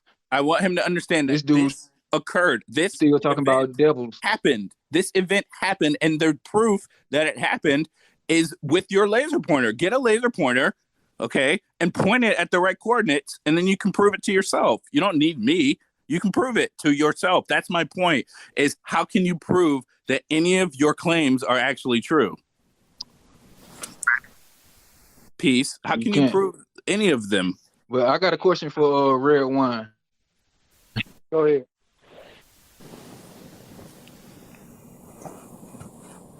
If your dilemma is the battle between good and evil, my question is, God is necessarily good, and if a devil existed, that devil is necessarily bad. How do you know that the God is not doing the good and the bad? I mean, you know what? To be honest with you, I think if there is a God, then he's both, because it's got to be balanced. If there is, it's but a big my if. question was going to be, so my question was going to be, if we are nothing but energy, or we have souls, whatever the case may be, and I guess math has proven, or science has actually proven that energy can't be destroyed. It can only be transferred. What happens when we die, and where do we? And I don't think it's the heaven or hell. Your body. The answer is your body decomposes, and you revert back to the mush that you started out as. But every atom is still accounted for in your body. You don't just start disappearing. The matter don't go anywhere. It's like this. If you have a house, right, and I burn down your house, where did your house go? It didn't just disappear. It got transformed into a different form of matter known as smoke and ash. The same thing happens to your body when you die. You transform into other molecules and other elements because, like you said, that's what matter does. But when you say energy, I think it confuses people because that make people think that energy is like some spooky shit out there. I like to say matter because energy and matter are really the same thing. That's what we're talking about here. That's what the stuff is. That's when you touch something, this is matter. You know what I'm saying? Energy, there's no reason to believe that you go somewhere. I've seen dead bodies in the casket, and I don't know why people think that a part of that person is not there. Every atom is still accounted for. So let me unmute y'all and I'll bring y'all back in. Yeah, we're gonna start with 404. Let's start with 404, man, because I know he's still kind of like how I was at age 20. I'm 37. So 404, what do you think about that? You're old. That was a joke. 404, you still there? Red wine. Yeah. So do you still think that we have some kind of internal source called a soul or something like that exists within our bodies, or are you still on that fence with that? I mean, well, put it this way, it's like feel like we're nothing but clay, or we are matter, quote unquote, and it's something on the inside of us that's actually making our bodies do what they do. So what I'm saying is, for lack of a better term, a soul, energy, whatever the case may be, if that can't be destroyed at all, then where do we go? And I know. Let me ask you a question. If I give you a frontal lobotomy, did your soul leave your body? Hold on, Dave. Let him finish, Dave. If I remove your brain, did your soul leave your body? You're still alive. Dave, let him finish. Go ahead. Go ahead. Yeah, so where was I? Yeah, so I just feel like, cause it's all right. So it's kind of like this: if I close my eyes and I think of something in it, let's say KRS-One talked about this in the speech that he did. So it was basically where he had an exercise where everybody said rock star. So he said, I want everybody to close their eyes and say rock star in their mind. Don't open your mouth. Don't, just say it to yourself in your mind. So the question you got to ask yourself is, who said that? Is it you, or is it something else? And that's what I'm talking about, like that inner person. Your imagination. You imagined it. Trying to get on. Well, hold on, Dave. Dave, you know what? I want you to change your name to Pitbull Atheist, bro. Because you're a Pitbull. I'm sorry, but he's like asking about like stuff I just knew when I was playing with my toys, and I heard voices from Stretch Armstrong. But Dave, this brother saying he pulling away. He pulled away from that belief system. But the thing is, right. Because Dave, me, you, and Traylor, we all was Christian, right? So when you pull away from that shit, it's gonna be layers. So what red is doing, what red wine is doing, he's peeling away the layers of the delusion that he was basically fed. So we gotta right go on in this shit. Okay, Red, let me ask you a question. If I remove half of your brain, did your soul leave your body? No. Why? You're a pile of drool. You don't speak. You can't think. You're just organs that are functioning. You're a vegetable. Is your soul still in there? I mean, it possibly could be, but I'm not. What do you mean possibly? Sure. Your brain is removed. You're just a brainstem. You're just a beating heart. Right. So is your soul still inside you? I mean, well, I would have to say yeah, but once again, I'm not necessarily sure. But hold on a second. Your personality exists entirely within your brain, within your prefrontal cortex, to be specific. If I removed your brain just behind your forehead, if I cut open your forehead and pulled out that gushy brain matter and left the rest of you intact, you would still be alive, but you'd be a vegetable. So where are you? Yeah, you're right. Who are you? Who are you in that example? Are you still you? No. Why? You're alive. Your face looks the same. Because if you took what makes me, where's it go? Where's it go? Then don't know. I do you mean you don't know? Hold on a second. I'm holding in one hand. I'm holding your removed brain. It's dripping in my palm, and on the other hand, I reattached your skull and put it back together, and now you're a drooling pile of mess. You're not. You're a vegetable. So that means that like. So where are you? Right. So I guess I'm in your hand. Really? So your soul is in the palm of my hand? Well, what he getting at? Nah, but check it. I'm talking about personhood. I'm talking about where is your personhood? Yeah, exactly. But that's how powerful soul is. It's a feeling, brother. It's a feeling? Like even a person can be in his own soul, bro. Yeah, because like the world. Wait. How does that work, though? Hey, Peace, so how does that work? What were you just being there and not being able to see? So you know, okay, so there has been a lot of deaths between El Paso guys and Juarez, Mexico guys, right? So if I pick one of those dead bodies up and I take one of the brains out, is there a soul in my hands or did he go somewhere else? Nah, but that's what you said. Like he was alive. Like he's saying he's dead already, but he's saying he's still alive. Still alive, homie. So like if I take his brain out, no, that's not what I asked. So where did the soul go? Bro. So is the soul in the mind or the body? What I'm talking the soul is the feeling, bro. The soul is feeling. Wait a minute. It's like wait a minute. So like I guess what I'm talking about. I ain't mean to say the soul, the mind, and the body. It's stupid. Is the soul? Where's the soul located in the body? Where is it located? And what is it made of? See, like I'm not necessarily sure on that, but hey, by the way, let me help y'all out. By the way, the frontal. All right, time out, people. Yeah. I'm sorry, but I do want to let everybody get their last remarks in. But let me help y'all out with this soul stuff.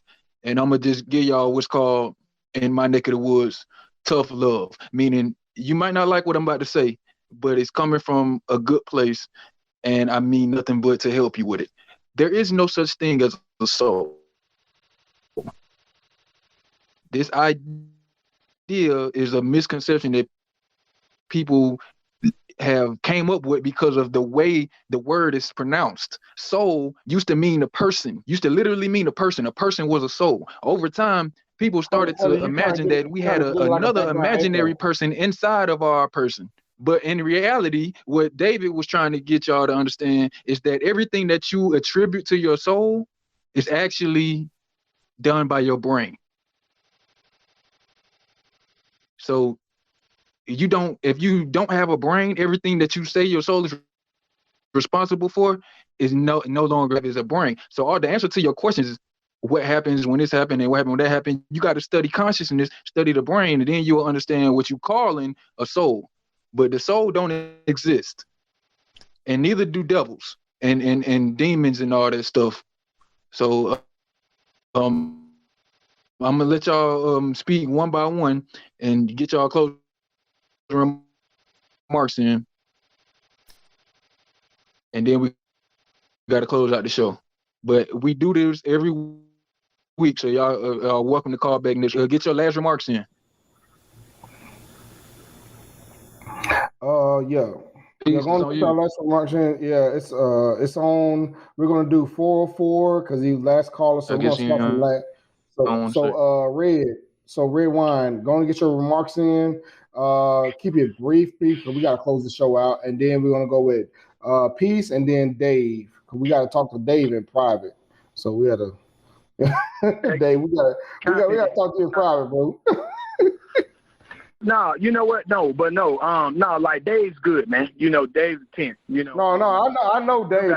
Super intelligent. Like you guys are super intelligent. That you're well versed, and I appreciate that, and I appreciate y'all for letting me come. Thanks for calling to the show, man. We appreciate you, bro. We appreciate you. So basically, what you just said was what was the words I was trying to come up with, which was consciousness. You know, and you got to forgive me because I'm trying to get out of what I was in. So it's kind of like, because a lot of things I'm saying is just lack of a better term. So I might use certain words, and I don't necessarily literally mean that, but versus soul. It would be your Right. consciousness or what makes you tick. So that's all. But no, man, it was cool, man. I appreciate y'all. Go ahead. We appreciate, we appreciate you, bro. you too, man. We hope you call in next time too. Yeah, we live every Sunday, man. 7 p.m. Central Time, 8 p.m. Eastern Time. Okay, so it's between 7. If you're in, I'm in Texas, so yeah. and we be on CP time too. Yeah, I'm color people. Yeah, because he told me, I was waiting on you too. Yeah, but like we had all kinds of Christians in the backtrack. We called in, and they won't call back. Okay, so we're gonna move it over to Peace in El Paso, Texas. Peace in El Paso, Texas. Give us your brief. You got 1 minute. Explain yourself, or whatever you want to say. I just wanna wish everybody a great week, and give me your honest truth, man. Like let me know, like if you will rock with this even back in the day, you know. Won't let the devil get you, said Jehovah, Holy Spirit fire over ya. The devil shook with one look as he saw that with the holy book.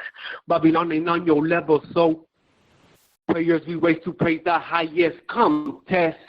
Okay. The wicked them get no rest. We not just the way you let him have but it, be able to. On the devil bust Jesus Christ. Hey, we said your he had life a will protect. Give you dialect. Let him have it. Fantasy, handle it with intellect. Let me just say last. Don't forget too fast. Hey, please. I'm trying to catch the beat. Dave, let him have it. He is as talented at rapping as Drake is at rapping. Okay, so peace, like and subscribe, man. We want everybody to like and subscribe to the show. Subscribe to our show. STC, support the content, support our content. I'm gonna call you El Paso. All right, peace, man. We'll holler at you, bro. Appreciate you calling in, peace. Man. Hey, subscribe to our channel. Peace. All right, so last but not least, man, the strong atheist, man. I know him personally. Not a strong atheist, but what I will say. Hey, Dave, you know I gotta fuck with you, man, because I know your channel on fucking Clubhouse. What I will say is that first of all, in the Black community, I'm surprised that you exist, because a lot of people. Oh, it's rare. Oh, I know, but a lot of, and it's not only is it rare, but it's like dangerous. You could lose your family over this. I did. Oh, okay. Well, Me yeah. Too.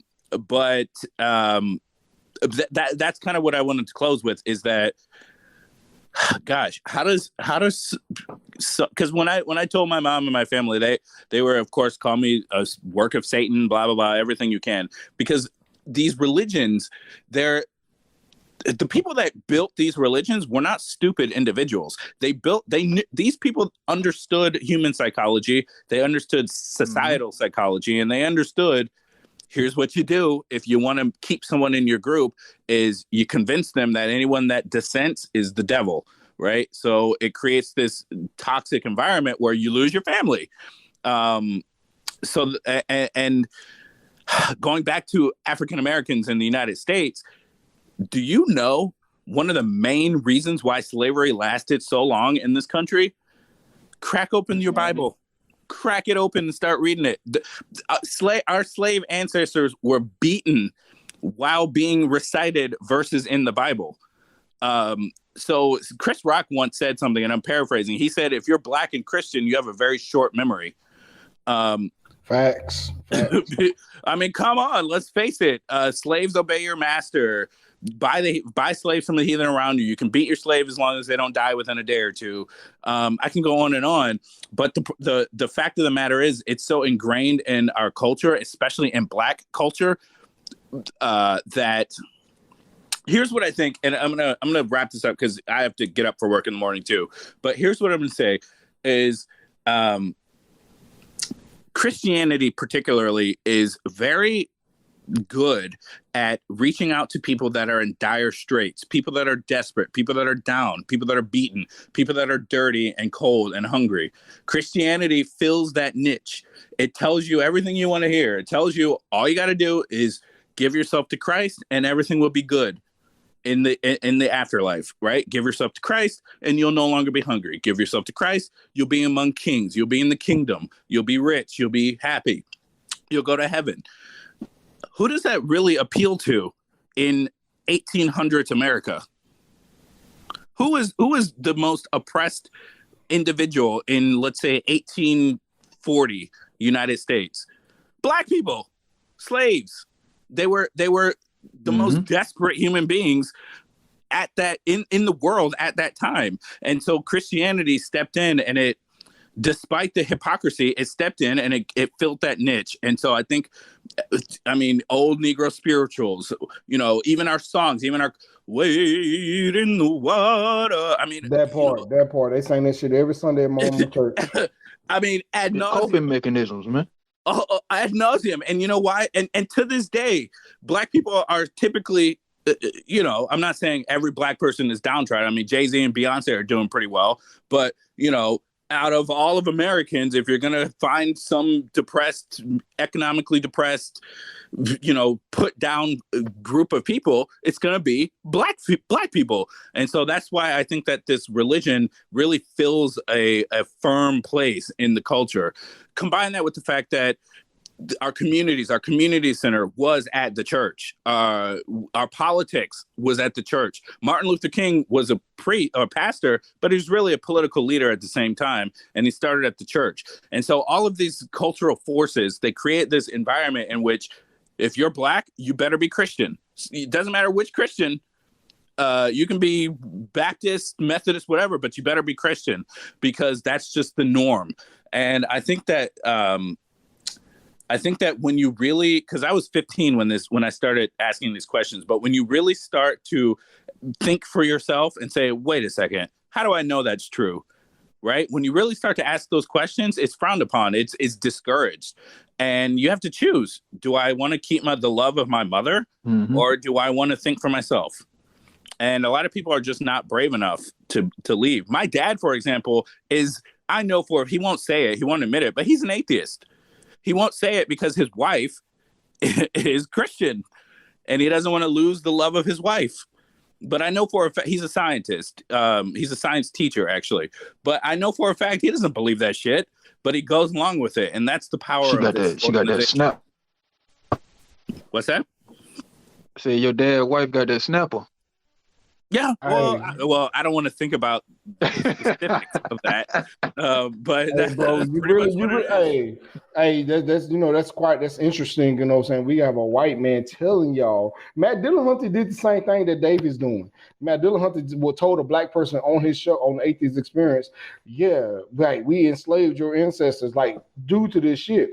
And Dave is saying the same thing. So if y'all, I just don't get it, like how black people, they say, oh, well, he's the devil, blah, blah, blah. But you know what? I ain't even go. I want you to ask, when you talk about the issue of slavery in the Bible, a lot of Christians will bring up this idea of, oh, it was a different context. It was a different time. Those words were for the ancient Israelites, okay? Those words were for ancient people. I want you to ask yourself one question. The response to that is, actually, it's twofold. Would you be my slave under the rules in your book, number one? And number two, what do you think the slave would have said to your answer? What do you think how do you think the slave would respond to, oh, it was just context, or especially if you beat me to the point where indentured servitude? That's another one. Oh, it's just bond servant. What do you think the bond servant would have said as he was being beaten? Right? Like, think about that for a second. We're pulling out the strap, man. Quayle, we pulling out the strap, bro. Like, yeah, well, that's what you even hit me till I almost died. Like, what the right? Like, imagine the slave. You just witnessed your father get murdered, your wife get raped, your mother get kidnapped and raped, your children you'll never see him again, and this white man is telling you, slaves, obey your master, for it is righteous, blah blah blah. All right, the only response that I would have is take these chains off of me so I can kill you, right? It's not going to be, oh, well, you know, it's a different context today. I mean, or it was a different culture back then, or, you know, it's probably in my best interest. That's what they use to justify their slavery, man. But Dave, man, we sure appreciate you, bro. I'm going to hit you in the back chat. I know you're going to open up a room. No, I got to go to sleep. Oh, you're not going to open up the room today? Okay. So, but when you do open up a room, we're going to talk about this. Bro, man, thank you so much, Dave, for for coming on. We appreciate you. We appreciate all the callers that came in. Sharon Savage, we're sorry that we couldn't hear you, but we was trying to make you a mod so we could hear you. But thanks for showing up to the Atheist Church Live. We didn't do the reverse collection plate today. We had no donators. But come tune in next Sunday to where we will have a donation. I'm going to personally donate $50 to the collection plate so everybody can win some money. You feel me? So we don't take your money, we give it back. You see what I'm saying? If we do take your money, we give it back. It's already 25. All right, I gotta go, guys. All right, peace and love, Dave. Peace and love, man. Pot, by the way. Go ahead. I was just saying it's already $25 in the pot, courtesy of Steve the Theorist and Danielle War. So they donate just about every week. Yeah, so we're waiting on somebody to enter so we can let y'all win this money. But y'all, I guess y'all think we playing or something. Go ahead and do it real quick, man. If you want to, man, go ahead and do it real quick. And we don't got enough. I had no winner. Oh, no winner? Okay. Shit. Well, you got no interest, man. You got anything you want to add, Kwame, before we bounce? Oh, no, nothing. Well, only thing I gotta add, man, I just say stay woke, like the song said. I find it funny that we had a person from El Paso, Texas, and they called in, bro. And I want to tell you that story about when I was in the military in Fort Bliss. What? They actually thought that there was a demon on the other side of the Franklin Mountains, watching everybody in El Paso. The reason why the poverty rate is so high because it's a demon on the other side of the mountain. They believe they attribute to their El Paso's poorest, the poverty rate to a demon on the other side of Franklin Mountain. That's crazy. That's what the locals believe when I was over there in El Paso. You go to El Paso now, it's a very beautiful city. You go to El Paso City, El Paso, Texas right now, it's very beautiful. And I'm like, y'all still have a poor poverty rate. It ain't got shit to do with a goddamn demon. It got everything to do with your fucking mayor and your government there. So that's all I want to say. That's the demon you need to be addressing right there. For sure. I want to touch on some of the stuff that we talked about because I kind of bit my tongue tonight. I wanted to let the callers talk. But they touched on some things. Like it was a lot of talk about demons and the devil. And I want to let everybody know that these things don't exist. The devil is not real. Just because bad things happen, you cannot blame that on some imaginary devil. And good things happen, you cannot give credit to an imaginary God. So if you go to the doctor and get medical attention and surgery or whatever you need, drugs and medicine, and then you give the credit for your healing and being cured to an imaginary being, that don't make no sense, and it's disrespectful to the doctors that helped you. Likewise, if something bad happened to you and you blame some imaginary being, you closing yourself off from the actual cause and figuring out how you can avoid it in the future. Just saying, oh, it's the demon on the other side of the mountain. We'll never address what's really causing the poverty as long as we believe in that it's the demon on the side of the mountain. You will never get to it because guess what? There ain't no demon on the other side of the mountain. It hasn't ever been demonstrated to exist. It never will be demonstrated to exist. That's my claim. And if it could, why the fuck isn't it happening like to bad people? Take Donald Trump, for example, who holds up the Bible while he's spraying black people with pepper spray or getting them sprayed with pepper spray. Is that good? Because he's a Christian. So I want to know how black people reconcile their Christianity with the fact that the people that hate them have the same religion. Then we was talking about allegedly, that nigga's a alleged Christian. He's not. Alleged Christian. I don't believe him either, but still. He was talking about how atoms interact. So Bubblegum was talking about this. And he was saying, well, how do molecules come together? It's got to be some type of intelligence. Well, not really, sir. You just don't understand chemistry. And I'm not a chemist. I don't know everything about it, but I know enough to know it don't require no intelligence. So basically, atoms are nothing but protons, neutrons, and electrons. Every atom proton, neutron, electron. Just like when you was in science class and they made you put the toothpicks and the marshmallows together, and a different amount of toothpicks and marshmallows represented different atoms. That's how it is in real life. Different amounts of protons and neutrons and electrons make different elements. And if you have more electrons than protons, then that atom will have a negative charge. If you have more protons than neutrons, that atom will have a positive charge. And what happens with opposites charges, positive and negative? They attract each other. No intelligence needed. Magnets simply work.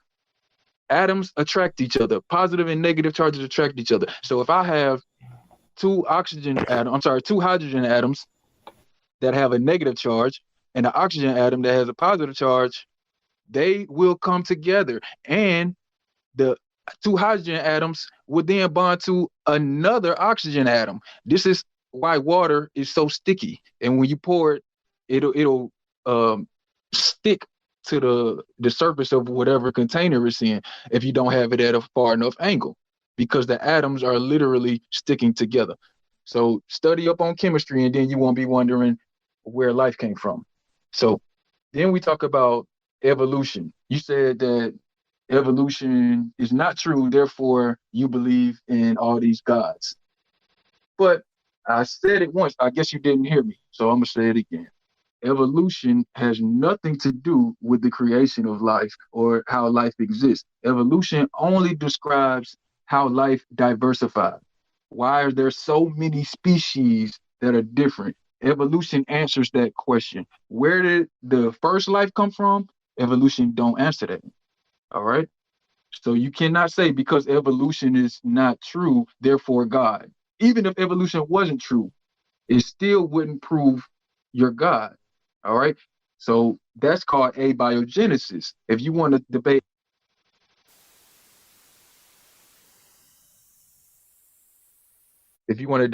abiogenesis, then you got to debate abiogenesis, but you can't confuse the two terms. And then we started talking about the soul. All right. So the soul has been tested scientifically, and these tests failed utterly. They predicted that if they measured a body at the time of death, that body will weigh less after the person died because the soul has left the body. But when they tested this with very precise scales on people with terminal illnesses that they knew were about to die, they had them laying on the scales, no change in weight. I'm talking about down to the milligram. So if there is a soul, it doesn't weigh anything, meaning it's not made of anything. It doesn't exist because everything that we know of is made up of something. There is nothing in existence that does not have a chemical structure. It's made up of some element in the universe. You know that periodic table of elements that was at the top of your class in high school? Yeah. Everything is made up of one of those things. It's probably something that we haven't discovered yet. And but ain't nothing made up. I was like, what is a soul made of? You know what I'm saying? What is God made of? It's not real. It's a non-thing. Like I was saying before, soul actually means person. But over the time, words change meaning. And at some point in time, the soul like changed from being a person to being like you mean like Jonathan and David? You mean like they was one soul, Jonathan and David? Yeah, man. But I don't understand how people still hold on to these beliefs without any evidence. You know what I mean? So to people like Red Wine, all you got to do is follow the evidence. At this point, you in a good point right now because you don't have that belief over your head to say, oh, I got to believe this, I got to follow this. Now you searching. Now you looking for the evidence, and that's where you want to stay. Always looking for more evidence. Always looking for more truth. Even people like me, I call myself an atheist, but I don't stop looking for evidence. You know what I'm saying? I'm still searching. I'm still trying to learn. You know what I mean? I just haven't seen any evidence that make me change my mind in the last 5 years or so since I've been an atheist. But at one point, I was a Christian. You know what I mean? So I had to experience something or get some type of information that changed my mind. So that's all I wanted to say, you know what I'm saying? I appreciate all y'all for calling in. I had a good time tonight. And we're going to be back next week probably gonna go live sometime during the week, like on a Friday or something. You know what, Quayle? I'm gonna do you one favor. We're gonna do the chick track. I got my people. We done already recorded, so we I ain't gonna say recorded, but we done already rehearsed the chick track. We're gonna do a chick track. We're gonna do some comedy for y'all next Sunday, and yeah. Tune in for that. Tune in for that for the Atheist Church. We're gonna do Bible comedy, well, the chick track comedy. So tune in for that, y'all. All right, and y'all do me a huge favor. Make sure y'all subscribe to the other YouTube channel, Atheist Church Live, and the Black Atheist Reality Show. That's Kwame's channel, and Atheist Church Live, that's the channel that this show is supposed to be hosted on. But I know a lot of y'all haven't subscribed yet, so we still streaming on the Quali Kush channel. But I need y'all to go over to the Atheist Church Live channel because we about to stream some different type of content on the Quali Kush channel. And also subscribe to the podcast. You can subscribe on Amazon, iTunes, Spotify, Alexa, whatever the hell you got, we own it. So subscribe to Atheist Church Live. And if you ain't got nothing else, Kwame, we out this thing. YouTube, man, we out, man. Peace and love to the black melanated people out there. Stay woke. If you ain't woke, wake up.